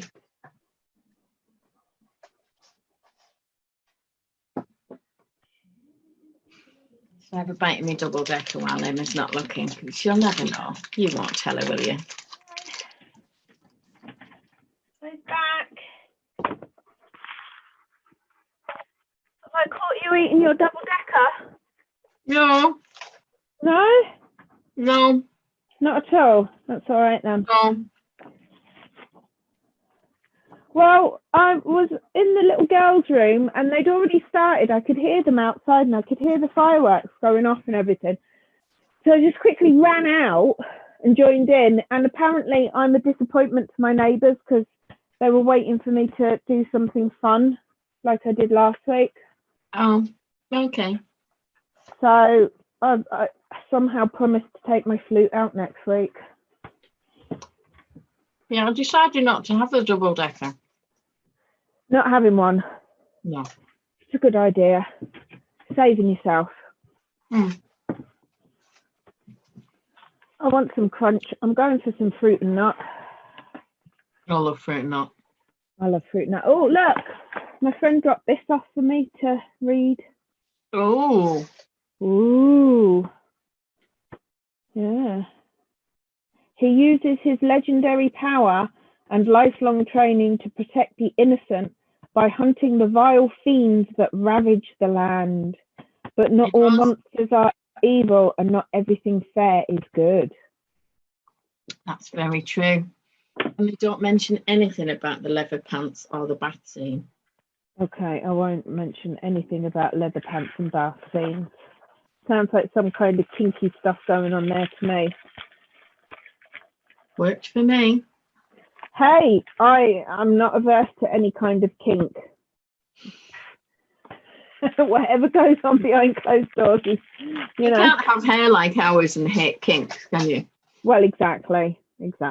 Right, let's see the crunch. I thought I'd put my bright top on today. So that... Nice, that one. I do like that one. It's way comfy. But more importantly, it was clean. It's kind of the selection process at the moment. Clean, fits. Yeah. Contains lots of spandex. It's fine. Clean. Or elastic. I'm putting my S on the wrong thing. I'm saying cleans fit, and I mean clean fits. That was more difficult than it should have been. It's the wine. It's totally the wine. We're going to blame the wine. It's totally the wine and the chocolate.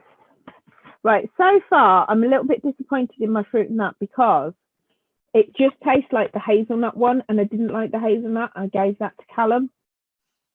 All right. Yvonne's just replied saying that she listened to the audiobook and laughed out loud at Geralt's smartassery quite a few times. So I'm just quoting Yvonne there. Because I never say that.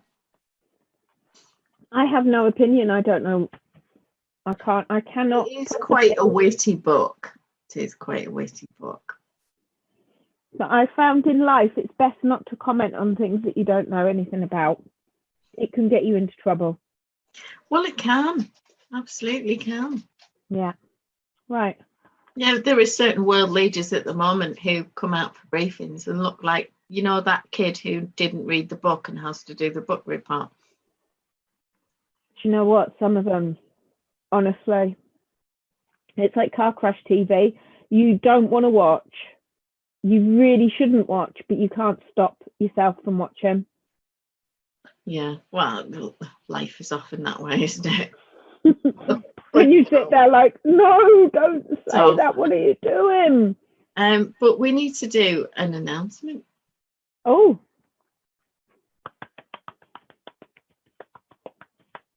Or drum roll. Yeah, I'm assuming you were happy with the winners I have suggested. Thumbs up. All sorted, you see. So the best finished object or FO photograph for Cowlabunga2020 this week goes to Mittagirl, otherwise known as Ginny's. And the best WP photo. Now that was a really we're all quite tough to go through this week, so there were some fantastic photographs and really good use of colour and outdoors, and honestly it was really hard. People have just upped their game.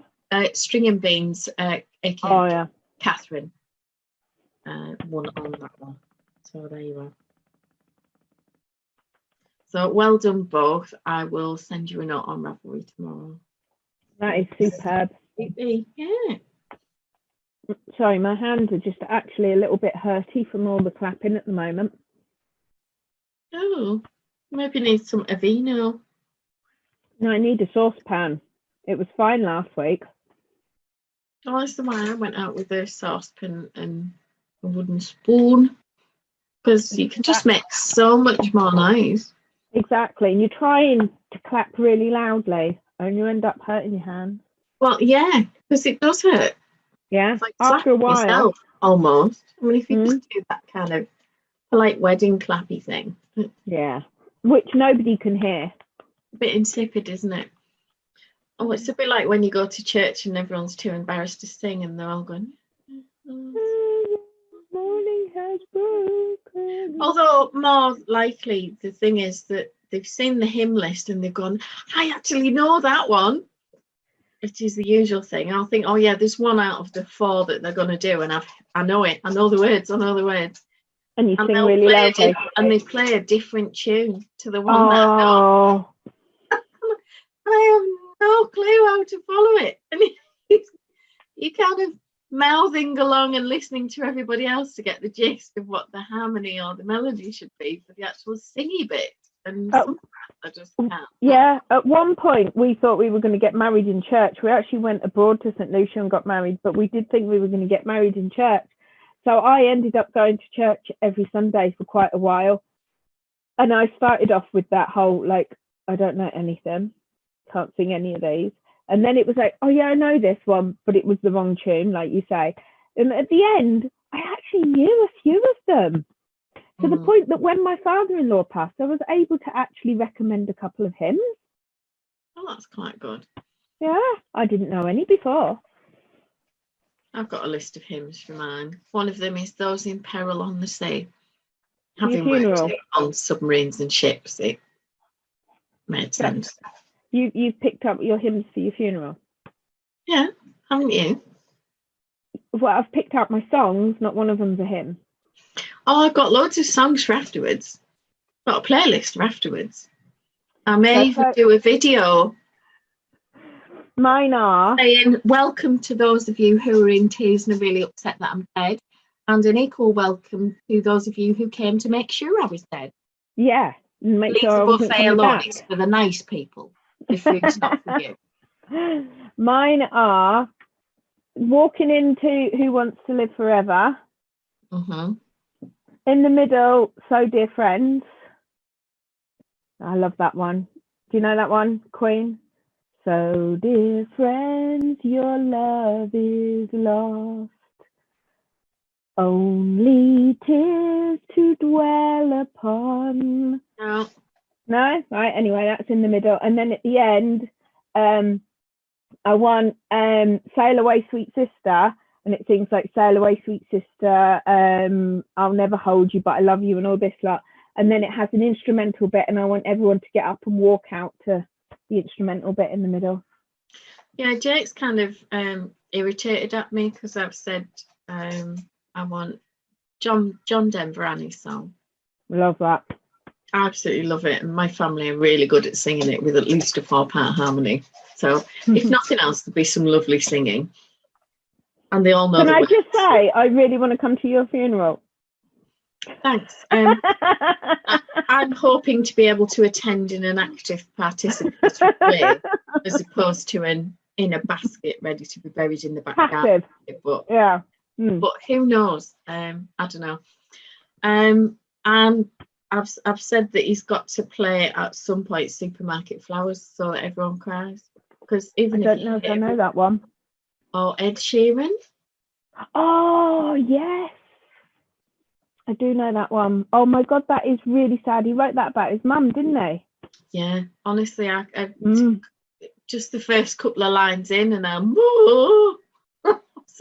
blubbing like a baby. I'm just no good at all. So I thought that's got to be in there somewhere so that somebody thinks I was kind of nice at some point. Maybe. Oh no, I don't want to restart. I'll come and give you a eulogy for you if you want. I wondered where you're going with that. I thought it was going to be something like a catheter. Yeah, maybe. Do you know what? Right, when we were growing up, it was a joke with my mum and dad. Right, one day it just came out really naturally. We were all sitting around. I can't remember what we were watching. And my dad said to my mum something like, "Oh, where do you want to be buried then?" And she said, "On top of you." Oh, Yvonne's saying she keeps forgetting to post a photo, and I'll ear burn you. Oh yeah, she must remember to post a photo. How your skirt's coming along. And she says we get a book in the church with all the hymns and the numbers. Oh, they do that the same in ours, and that's fine. Yeah, if you know the tune. But very often they'll pick an obscure tune that isn't the one that you learned at school. So even if you know the words, you can't really sing along because you're la la la in there. La la la la. Yeah. It doesn't work. No, not for me. So I don't know. I mean, once I'm gone, I don't know whether they'll do a church thing. I'd be quite happy at the creme, to be honest. And I just want the creme. simple Salvation Army, have them come, because they talk about the person in their life, and it's more a celebration. And I've got on the list the one from Take That, from they did it for a film when they did kind of their comeback thing. Oh, it wasn't Stardust or something. yeah, I know the one you mean. You light the sky up above me. Yeah. The stars so you bright. light the stars up above me. That's the one. So that's on the list. Without me murdering it. And then I want Louis Armstrong. Which one? Kiss to Build a Dream On. I don't know that one. Give me a kiss to build a dream on, and my imagination will thrive upon that kiss. Sweetheart, I ask no more than this, a kiss to build a dream on. I don't think I know that one. Louis Armstrong, is he the I one love that Louis Armstrong. He had the really deep voice? He was in Hello Dolly, and he did All the Time in the World from one of the James Bond films. So it's on Her Majesty's Secret Service. Anyone that's watched him will be able to correct me. No, I don't. He was in High Society. I love that movie, but I can't really remember anything other than Who Wants to Be a Millionaire. Well, he was the band leader that Bing Crosby sang with. Was that the movie, High Society? Was that the movie that had the song in it, Oops, there goes another rubber tree plant? Can't remember. I don't know where that one comes from. It is a Frank Sinatra number, but no. You know the song? Yeah. Yeah. I don't know what it was in. Yeah, I just love Louis Armstrong, and I've got an album that Kevin and I bought years ago, and it was always in the agreement the second we bought it, if we ever split up, it was mine. And it's Ella and Louis. And I just love it. And they do songs like Stars Fell on Alabama and April in Paris, and the one that my dad sings. Can't take that away from me. I think it might be a Cole Porter or something. But yeah, I love anything from that kind of era, swing and jazz, and very eclectic. Do you know what? Taste. Did you like the Robbie Williams album, Swing While You're Winning? No. And I love Robbie. I was so excited to get that album. But when you play it and you've heard Frank Sinatra or Dean Martin's got a voice like liquid velvet. Somebody like Dean Martin sing, or Nat King Cole. No, I do like Nat King Cole. We had Let's Face the Music and Dance for our wedding. I love that song. Kiss to Build a Dream On. What's the other one? I like is it Volte or Volta or something? Yeah. Oh, and I've got the theme from Schindler's List. Oh, I love that. That makes me cry so much. It's just so beautiful and emotive, and I just think it would be nice for a funeral. But then I've got a playlist of really jolly, bouncy, get on the dance floor, get the alcohol down your neck, have a good time, party afterwards songs. Yeah. I'm tempted to sneak in a bit of Rick Astley and Rick Roll everybody with Never Gonna Give You Up. Oh, you've got to have Rick in there. Did you see him doing Thingy Potato song? It was brilliant. No. Oh, you've got to look it up on YouTube. Love a bit of Rick. I saw him in concert. I went to see Take That last summer with my friends. I didn't really want to go and see Take That, but I had FOMO. Right. And Rick Astley was the support. And I tell you what, I really enjoyed Rick Astley. He's excellent. And if you meet him in person, he's such a lovely guy. He's very shy. Yeah. And really sweet and very genuine. I met him in a nightclub in Bolton, God, years ago, when he was at sort of the peak of his career with Stock Aitken and Waterman. And he was very shy, very quiet, Clearly didn't like the limelight at all. Yeah. Lovely lad. They what we used to call them, stock catchy and predictable. They did do some great songs though. Oh, Kylie and Jason. Wow. My first 2 records that I ever bought myself, 7 inches. The first 2 I ever bought were Kylie Minogue, I Should Be So Lucky, and Rick Astley, Never Gonna Give You Up. Do you know what my very first 7-inch single was? In the days of vinyl. Dancing Queen. Oh, good song. It's just amazing. I mean, they are so underrated as songwriters. Didn't you just love Chess? Chess is one of the best musicals that I have ever seen, and there's so many good songs in it that people forget about. But Take That Look Off Your Face. How amazing is that song? Yeah, I can see through your smile. Yeah. Yeah. Love the ABBAs. Oh yeah, anything like that I really like. But yeah, it's a sad thing really, because my uncle Dennis, it was his birthday in the last week, and you know, he does the best impersonation, the movements, the singing, everything of Gary Glitter. Well, of course you can, because there's a whole year meaning to want to be in my gang. Oh God, yeah. What was that movie that they just used his song in? I don't know. I'm sure it was last year. Was it like The Joker or something? Possibly. Because it was a bit of a moment when they said that it was in the movie. But apparently, because it's a movie that I haven't seen, I'm sure it might have been the Joaquin Phoenix Joker. Yeah. Because I haven't seen it, and they were saying how it actually fits perfectly in the movie. It's just a bit of a like, scary glitter. Did you really want to do that? But you know, if it fits, it fits. One of those things, isn't it? I'll just move that back a touch. You might be able to see my crochet then. Wow. Are you getting in the groove there? But I went to Milton Keynes Ball. I suppose I would be about 18-ish, thereabouts. With Sally Atkinson, and we went on this coach trip, and we're there for the day, and one of the acts early evening was Gary Glitter, and he was fabulous. He was such an entertainer. He was probably one of the better acts of the entire day, and people like the Bangles had been on. The headline act was Simple Minds. Oh, I love Simple Minds. They were awesome. Absolutely awesome.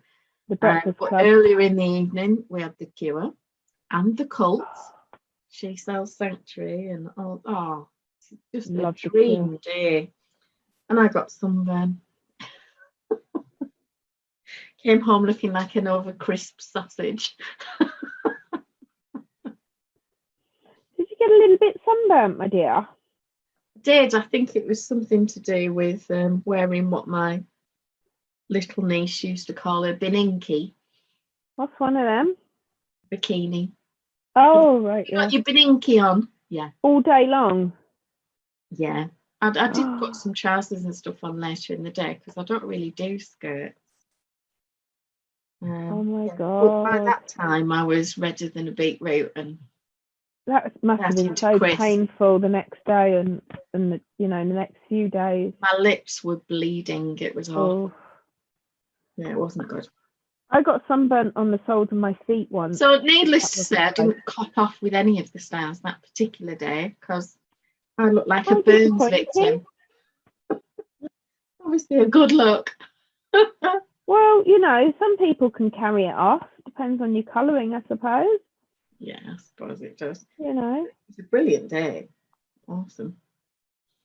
But I'd love to go and see Take That. They were really good, to be fair. I mean, I'm not the biggest Take That fan. It's not really my kind of music. I'm more rocky, and that's more poppy, isn't it, really? I'd much rather have a decent guitar riff going on, me. I love Shine. because it's joyous. Honestly, the whole show was pure entertainment. It was, for all the fact that I say it's not my kind of music, it was a brilliant show and I thoroughly enjoyed every minute of it. The singing was brilliant. Like you say, Shine, it just, you were up on your feet dancing. And for the fact, like I've said, it wasn't my kind of music, I would still highly recommend them as a show to go and see to anyone. But then I say it's not my kind of music. To be fair, rock is my favourite, but I will listen to anything. I love classical. I love anything apart from jazz. I've never really got my head around jazz. It just jars and it just... I think, to be honest, I like swing, which is related to jazz. And I like traditional jazz. I do not get this improvisational stuff. And I am absolutely with Maggie Smith when she says, do each of them know what song they're playing? Exactly. It sounds like 4 or 5 people who were just singing the wrong songs at the same time. Yeah, it's like they're out of sync. It's like that old Benny Hill sketch where he's this lady ambassador in France being interviewed, and she's answering the previous question to the one that's just been asked, which is hilarious with some of the results. Yeah, and yes. it does sound like that. Jazz is just the one thing that I haven't got my head around. I love swing. I can listen to pop. I absolutely love 80s.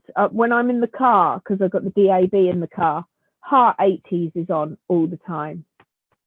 Yeah, love it. For me, Talk, and yeah, Pet Shop Boys. Love it. Yeah, loved them. Simple Minds. New Order. Yazzie. New Order. ABC. Loved them all. Absolutely loved the Mike's 80s. A big ABC fan. He does 80s or sort of 17th century in his music. He doesn't.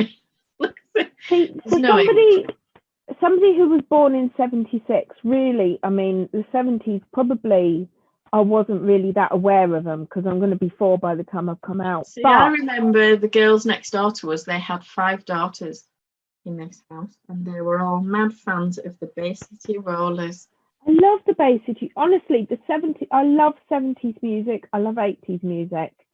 90s, yeah, Nirvana and all that lot. But really, if you said to me, do you want to listen to 70s, 80s, 90s? I'd go 70s, 80s.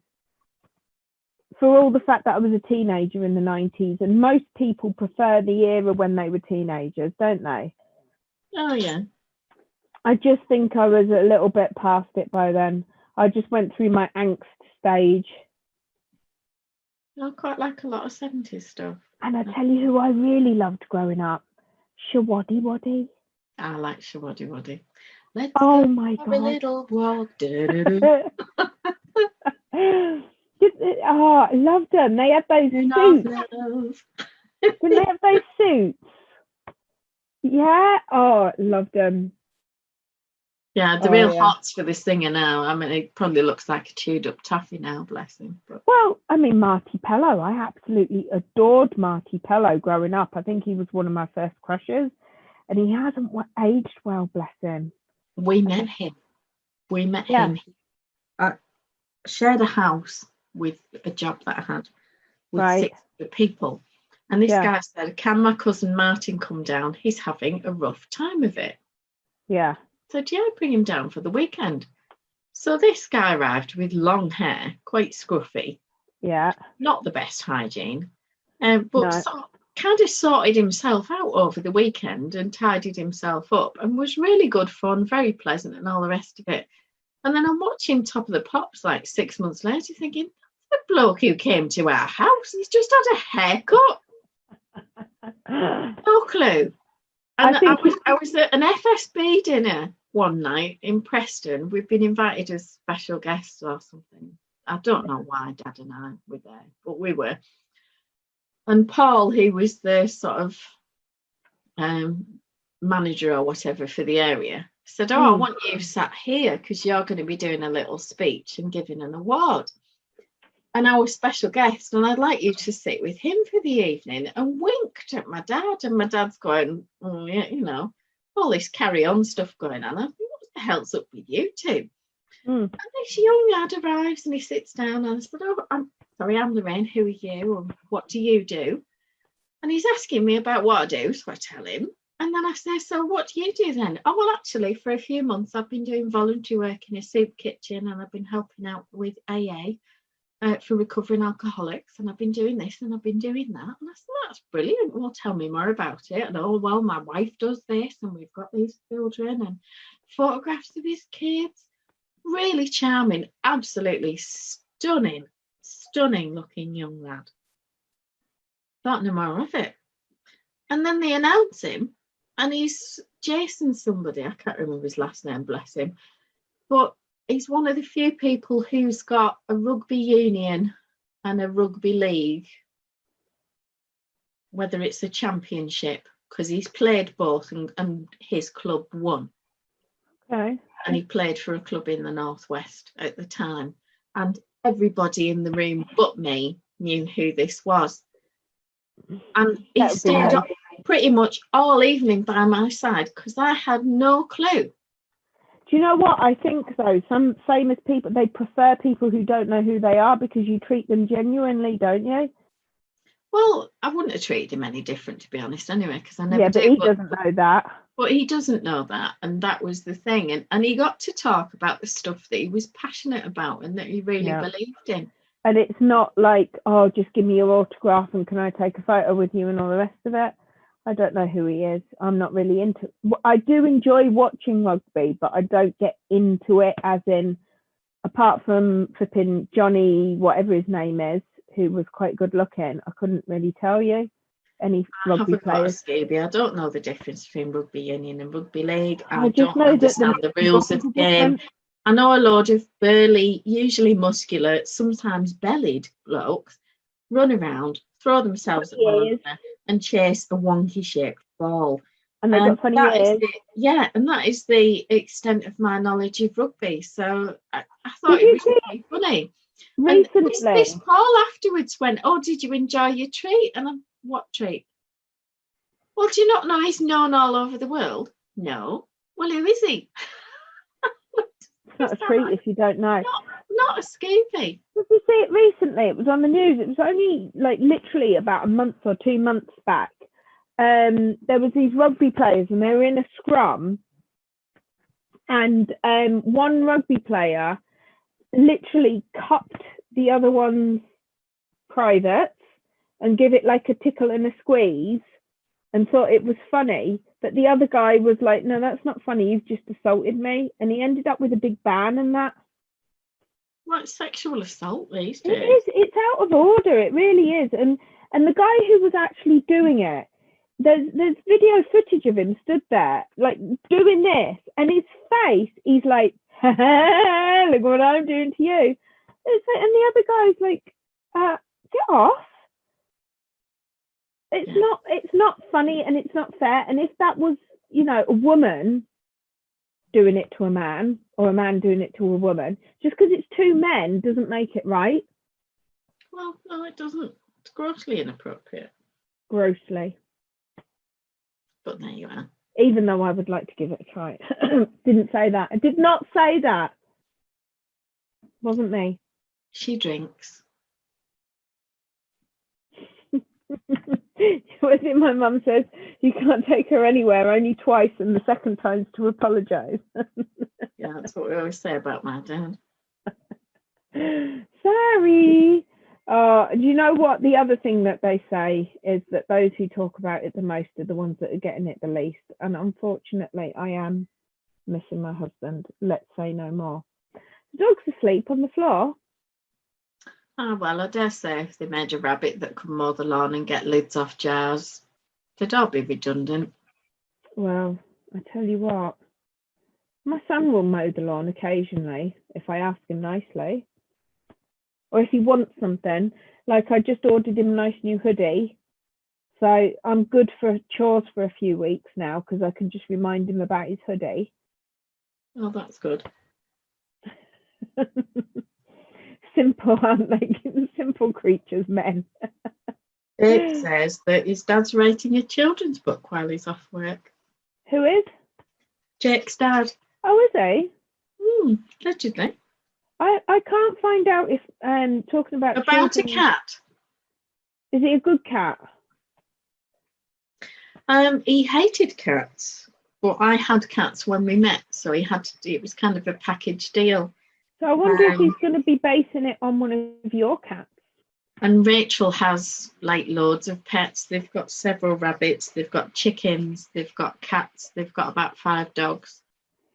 If you ask Lord Andrew Lloyd Webber, he will tell you that you can write stories about cats, but you cannot write stories about dogs, because cats are cats and dogs are dogs, according to Lord Andrew Lloyd Webber.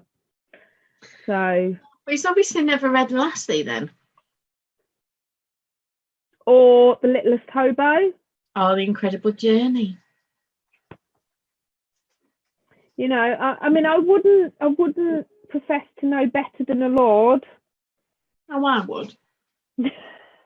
I'm sorry, a title doesn't make you better than anybody else. I was going to say, you know, you're saying about him writing this book.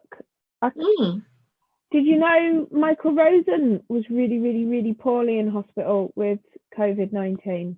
I had heard that, yeah. I can't find out if he's any better though. I had a look yesterday, and the last update was 2 weeks ago. He's probably still on a vent then. It's really sad. He was amazing. I used to use his videos when I was teaching all the time. He had this really good one. Have you ever seen him doing chocolate cake? No. He wrote this poem called Chocolate Cake, and it was about his mum used to like make this really gorgeous chocolate cake, and how it used to they'd get it for tea and that, and then she'd put it in the tin and put it in the cupboard, and they used to sneak down in the night. And he was brilliant. He is brilliant. He's not gone yet, bless him. He's brilliant at performance poetry, and he was always going on about like he'd sneak down in the night, and he was like, you know, having a little bit, and he'd like pick up the crumbs with his finger, and he's like, oh, chocolate cake. And he was just amazing, and the kids were just captivated by his performance. Oh, that's nice. Oh, Rita's It with was us. brilliant. Hey, Rita. Hi, Rita. How you doing? He did this other one called No Breathing in Class or something like that. And he's like, and he just had these eyes that popped out, and the kids loved him. Absolutely loved him. He was so much more than just bear hunt. I'm just trying to see where the focus is on this camera. Are you having issues? It's just a bit grainy. I don't know if it's because it's dark. Or... No, it's not really any better, is it? No. So much for HD. But it wasn't doing that earlier. No, it wasn't. It's a bit bizarre. Video settings. Enable HD, mirror my video, touch up my appearance. There's a setting we love. Do you know there's a setting that I really need? I'm feeling like my eyeliner might have gone a bit now because I just keep touching my face and I shouldn't, and I've put my hair up. No, I can't see any issues at all with your eyeliner. Is it looking good? Looks fine. Don't know what you're worried about. Look at those blue eyes. They're quite blue tonight, aren't they? Aren't they just? I do have pretty eyes. I always get told that. Do you? Yeah. Do they change colour depending on what you're wearing? Yeah. I love it when it does that. And you put on a top and your eyes just go. If I wear brown or goldie toned eyeshadow, my eyes look really blue, and there's some yellow flecks in them that completely pop. Oh, gorgeous. And with the colours I've got on today, they look sort of a khaki colour with a teal ring. Is it your mum's eyes or your dad's eyes? Not like either of them. My dad has very bright blue eyes, and my mother has eyes like creamy jade, greeny colour. She's I bet they're beautiful. I was going to say they'd be beautiful because you don't see many actual proper green eyes, do you? You can get bluey green. She's super jealous with it. The absolute cliche. Yeah. Oh yeah. My kids are funny. Like Caitlin's got her dad's eyes and Callum's got my eyes. Like literally, they look exactly the same. I've got a photograph somewhere. I must dig it out and show you of Jake with his granddad Derek and with his father. And they're like peas in a pod. And yet when I go out with him, people will say that his colouring is very like mine. He's got Birchall colouring. But that's about the only thing I think physically that makes him like me. He's very tall and rangy like his dad. Isn't it funny how people see in the kids traits of the parent that they're with at the time? Well, if I'm out with my dad anyway, they go, oh yeah, we can tell you're related. Yeah. Even though you are your mum though. We've got similar face shapes, and his baby sister, who's the same age as me, she and I sound very alike. And if you put us together in a room, my mum wouldn't be able to tell which one of us was talking. Really? I love it. And we used to have to share a bedroom. We had bunk beds. And we both talk in our sleep. We'd be having conversations all night. Come in and we'd be flat out, nattering away. And nobody remembers anything in the morning. Probably the best way. Aren't they the best nights when nobody remembers anything in the morning? Oh, yeah. We are so lucky we grew up in a time before there were mobile phones. Oh God, yeah. Yeah, there's no evidence to lots of Could you imagine if you were growing up now and there was the possibility that everything could be documented? I don't know if it's on my Facebook feed or if it's one that Sharon showed this picture of me with my friend Sharon. Might be on Facebook. Right. I think I'm tagged in it, and I've got a grey animal print dress on. And I look at that now, and I am so painfully thin. Absolutely. I was probably 6 stone. Wow. Painfully thin. And you probably thought you were fat. I did.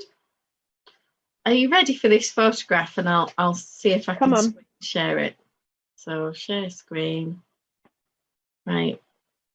Are you ready? Can you see? Go on. No. Oh, I can see it now. So Sharon's on the left, the pretty one in the white dress, and I'm the geeky looking one with the mad hair on the right. Geeky? And can you see I've got a silvery bracelet on? Can you see that? Yeah, yeah. That's my christening bracelet. Wow. As if you could cannot even get it near my wrist now. I used to be able to get it up to the top of my arm. That's how thin I was. But I can see how sort of scrawny my neck is and my shoulders, and there's just no booby. What's that then, like 1982? It was the year she got married. I think this might have been the party before her wedding. Is that why she's wearing white? I think it was just one. It was a sunny day in the summer. It's just coincidence, I think. So I'll stop sharing that. I'm guessing 1982. No, we were older than that.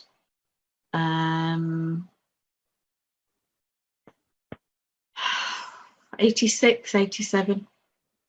My sister got married in 87. Because my then boyfriend turned up to pick me up. And we were then off for the night to the pub or something like that. And she turned around and said, when are you going to make an honest woman of my friend and marry her? And I was mortified because I didn't want to get married.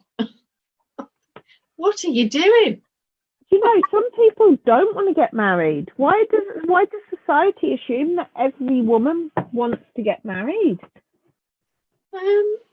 like Susanna Reid. Oh, I mean, I probably would have married him, and I did love him.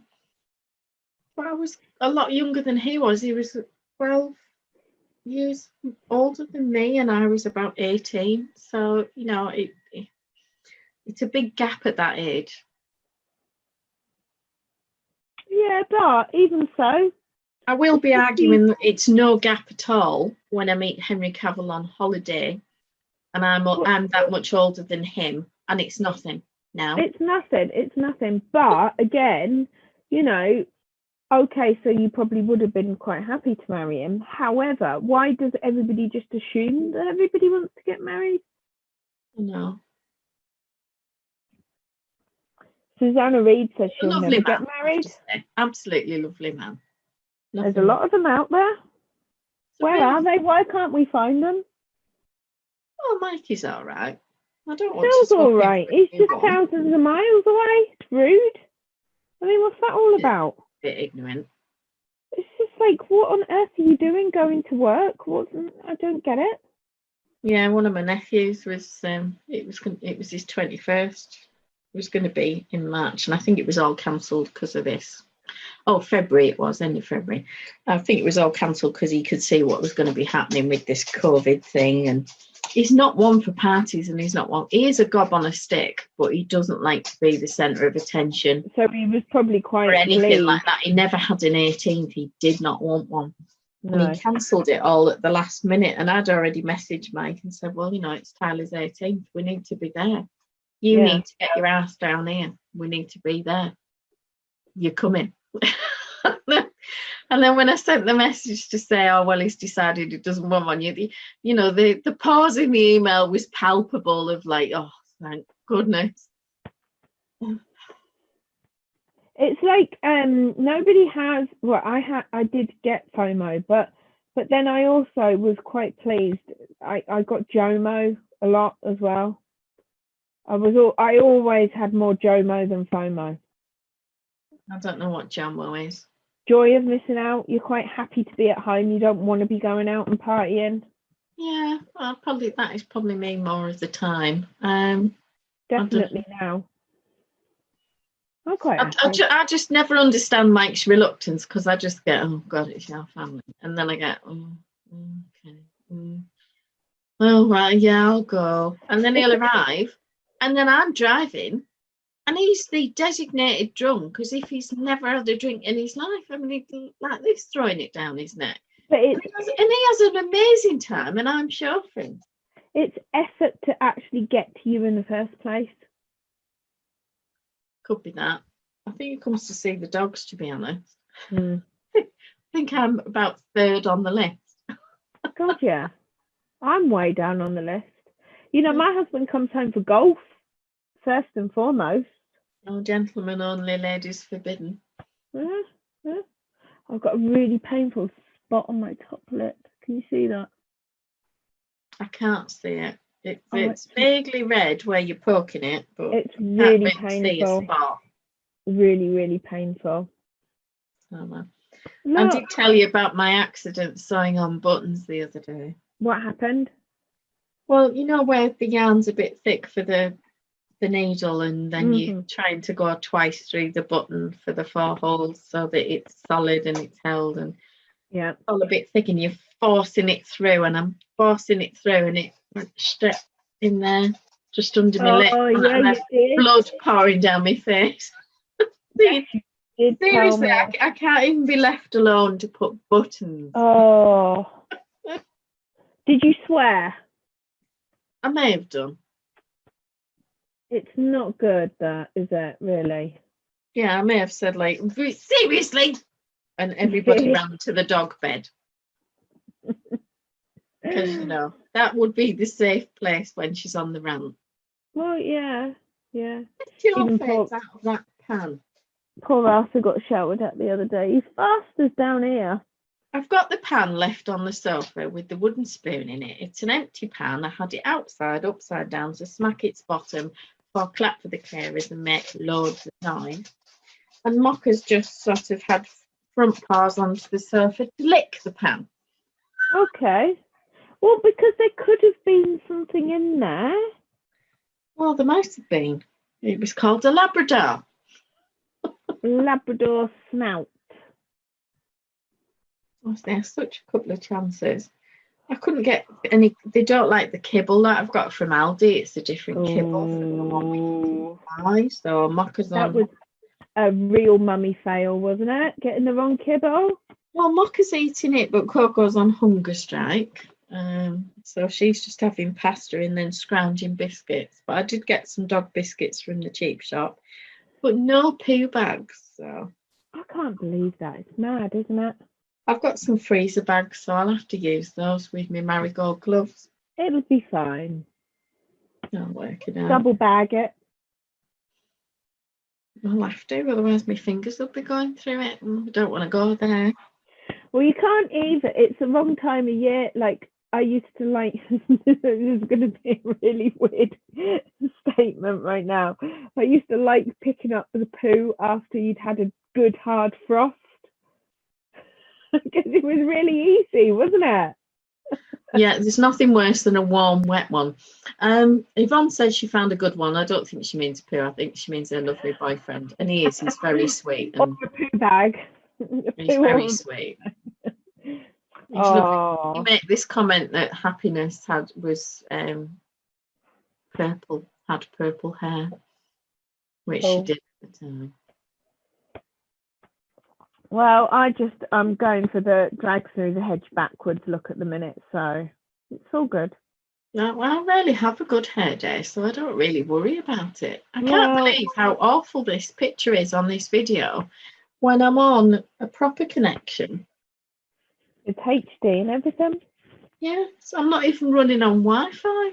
But do you know what, though? When I'm looking at my phone, you look fine. Yeah, I'm better seen from a distance. A bit like an old master's. I don't know what it is, but when I look at you on the laptop, you look fuzzy. But when I'm looking at you on the phone on the live feed, you don't look fuzzy. Oh well, never mind. Good. I think it's a bit like Miss Ellie used to be on Dallas, where it was also soft focus. It's the romantic lighting. That's what it is. Because Henry's grabbed the controls and he's soft focused you. Could be that. That's what it is. Look how desperately low on wine I am. That is it. Well, how are you going to manage? I finished my drink. I'm going to have to go and get another one. I'm just a little bit depressed. Have you not got another What bottle? What is it Captain Jack says? Why is the whiskey always gone? Or is it brandy? Why is the wine always gone? I've got another bottle downstairs, but I'm not opening another bottle now. I'll have to wait till next week. Sam always used to hold the glass up to the light and he'd say, funny how the light passes through the glass when you've nothing in it. Pointedly hand it to someone. He's going to refill my wine. Yeah. Shocking. It's sort of gentle. Isn't it lovely how the light passes through the glass like that when there's nothing in it? Mine's got lots of disgusting, horrible fingerprints all the way around it. No light going through this nicely. No one could tell, and they can't tell with my plastic beaker either. I didn't enjoy my bit of double decker. You didn't? No. Wasn't worth the calories? No, it was sweet and tasteless. Oh, that's not good. That is not good. Paul McKenna's fault. Do you know, there's a lot that we could blame Paul McKenna for. Well, I listened to the meditation last night in bed with my earband headphones. Has he been making you think of disgusting stuff again? Yeah, put hair in it and then mix it with dog poo or whatevs.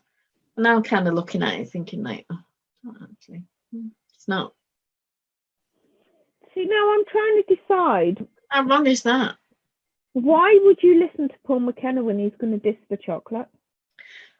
Because I caught sight of myself in a shop mirror and just sort of went, yeah. Yeah.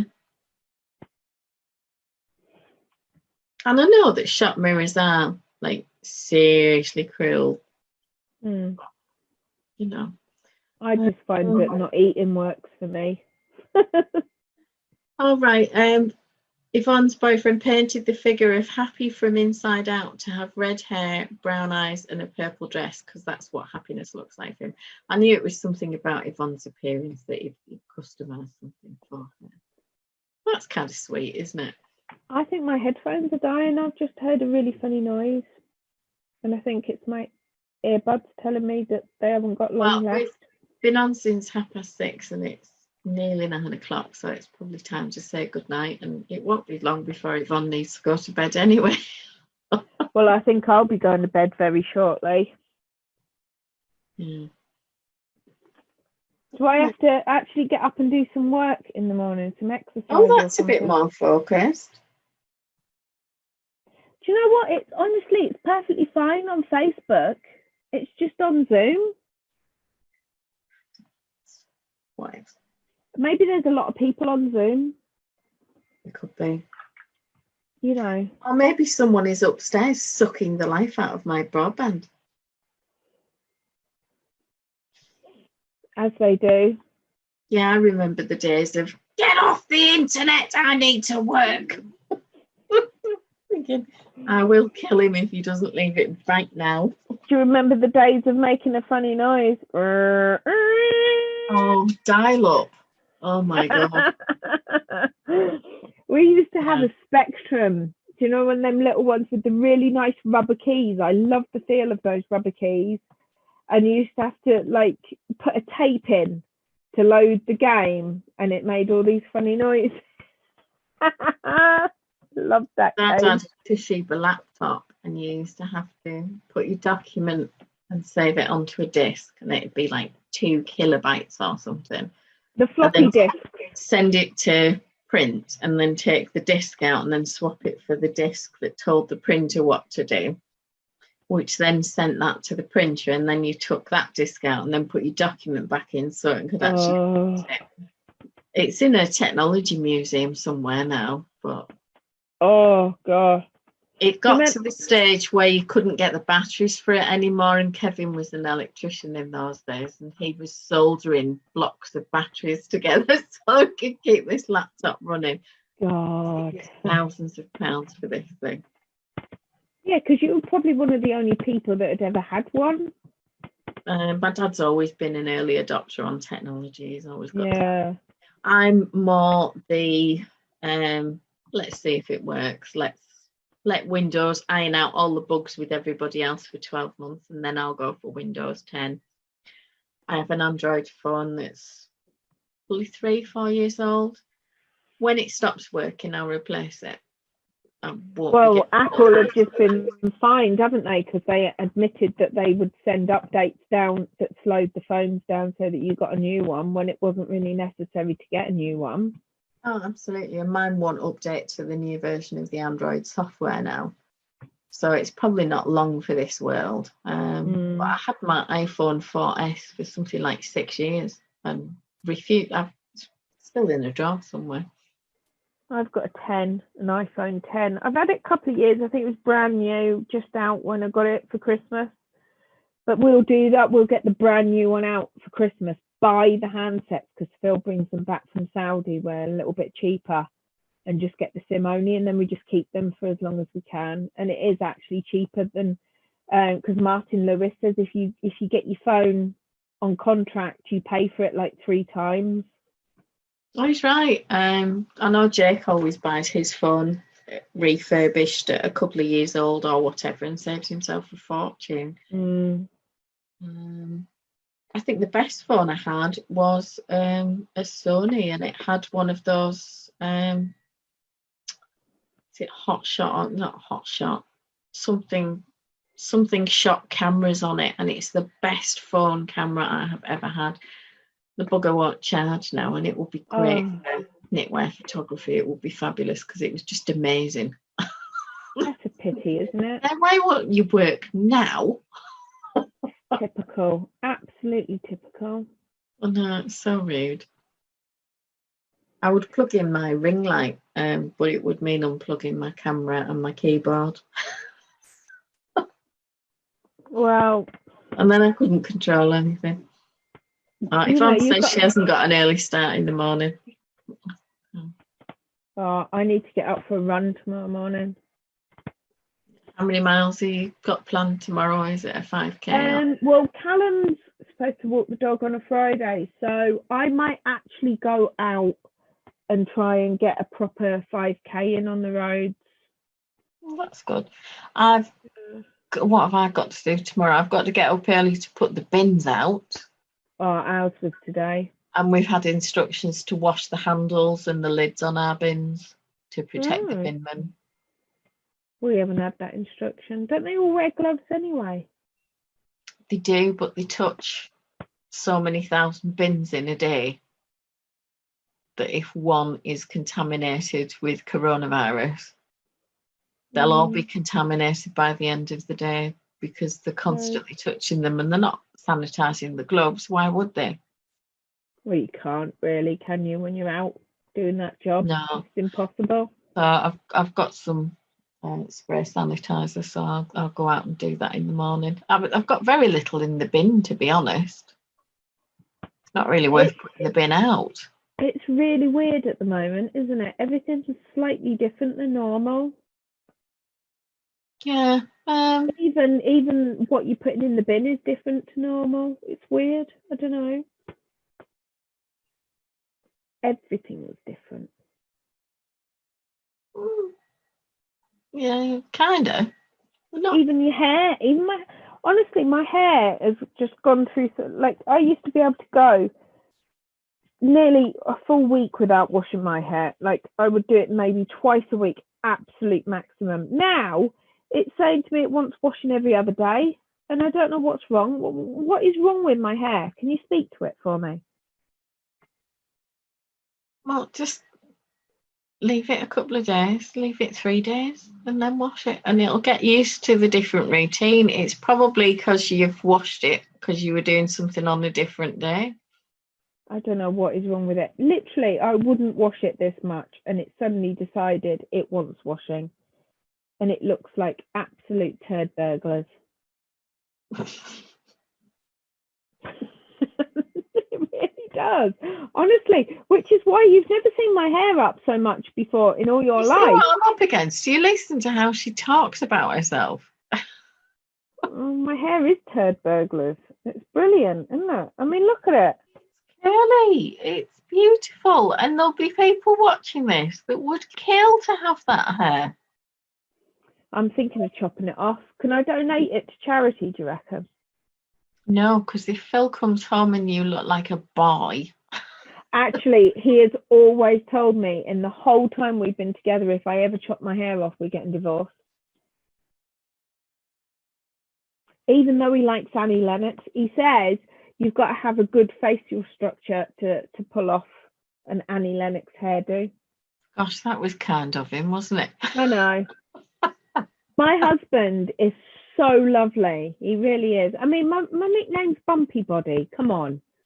He set the bar really high to begin with, hasn't he? You got a bumpy body, and I don't like your facial structure, and I'm only marrying you because you've got long hair. Yeah, it's all good so far, isn't it? Yeah, I did get the comment from Mike one day, if you are not going out with that handbag. Why? And I said, well, I asked the same question. He went, because it makes you look frumpy. And I just looked him up and down and I said, you look like a tramp. So I don't tell you how to dress when you go out. Well, you know, have a look in the mirror. I honestly think they must have, if they look in the mirror and they see the Donis, and we look in the mirror and we see every minuscule little flaw and turn it into something huge, they look in the mirror and just think, yeah, gorge. How can a handbag make you look frumpy though? I don't get it. I do not know.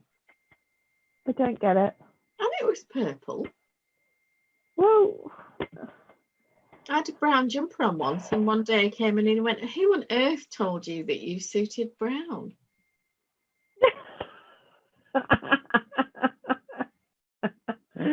He sat there in a yellow, pink and blue Argyle pattern jumper that he got for £1.50 from Greenwoods. Seriously, are we doing this?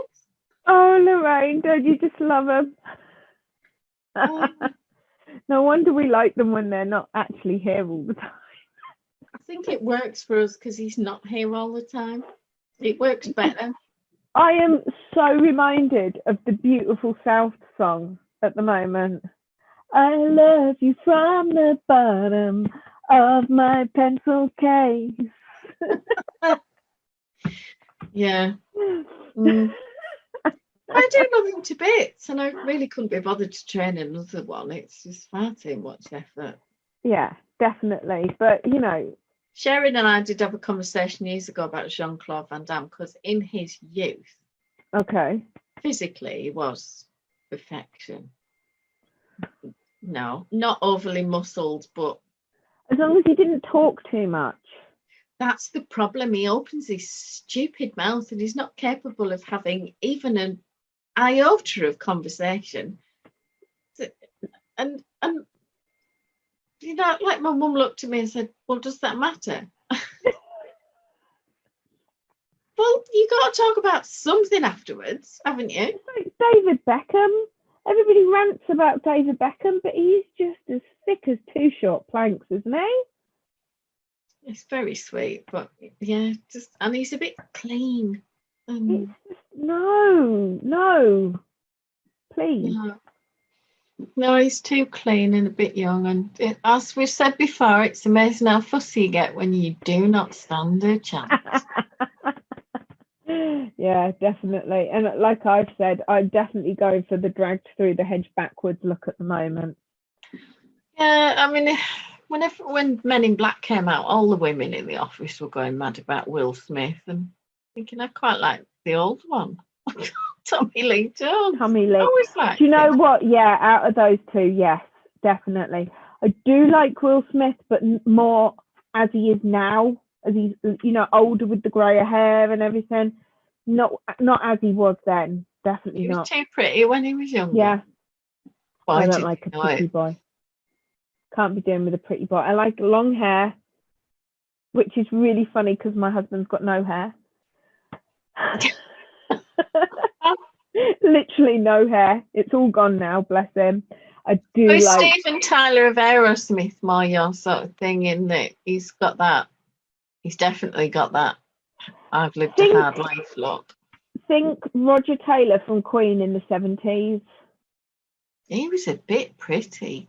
He was pretty, but he had long hair, and you know, he wasn't all clean cut and nicely shaven and everything. He was pretty, I'll give you that. But he also looked like he just rolled out of bed. I mean, he's definitely pretty, because in the I Want to Break Free video, he actually looks really good as a girl. He is gorgeous as a girl. Honestly, out of the four of them, obviously I love Freddie. Freddie was amazing, but I'm a Roger girl. Sorry, that sounds completely wrong. Oh my God. I hope Helen joined at that point, because I'm just a girl who likes a good Roger. Sorry, well, the tone of this has just completely gone out of the window. You should not let me drink. I told you before. Roger Emma, she's just a girl who likes a Roger. Roger Taylor. Oh, that one, not Roger the Lodger. Sir Roger de Lodgerley. Oh my God. Why am I getting a bit of a hot flash going on? But Roger Taylor, yeah, he was the man. But I've gone back to normal temperature now. I think that's what it is. It's the just rolled out of bed look, the I haven't tried too hard look is what I like. Yeah, Mike's got the I haven't actually tried at all look. It's good. It's a good look. It is a good look. Yeah. I am here. I like this. I really, really like this. I do not like when my husband does a shave, it takes me 2 days to think, yeah, you're cute again. So no, don't take it all off. Please don't take it all off.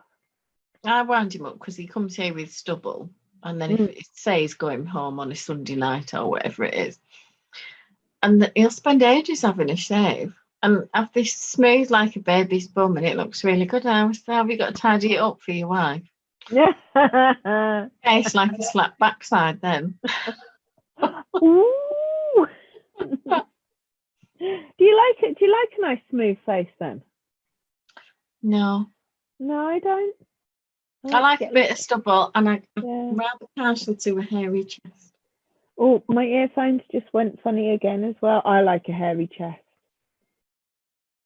but not where it comes up over the collar. No. Oh, that one's gone.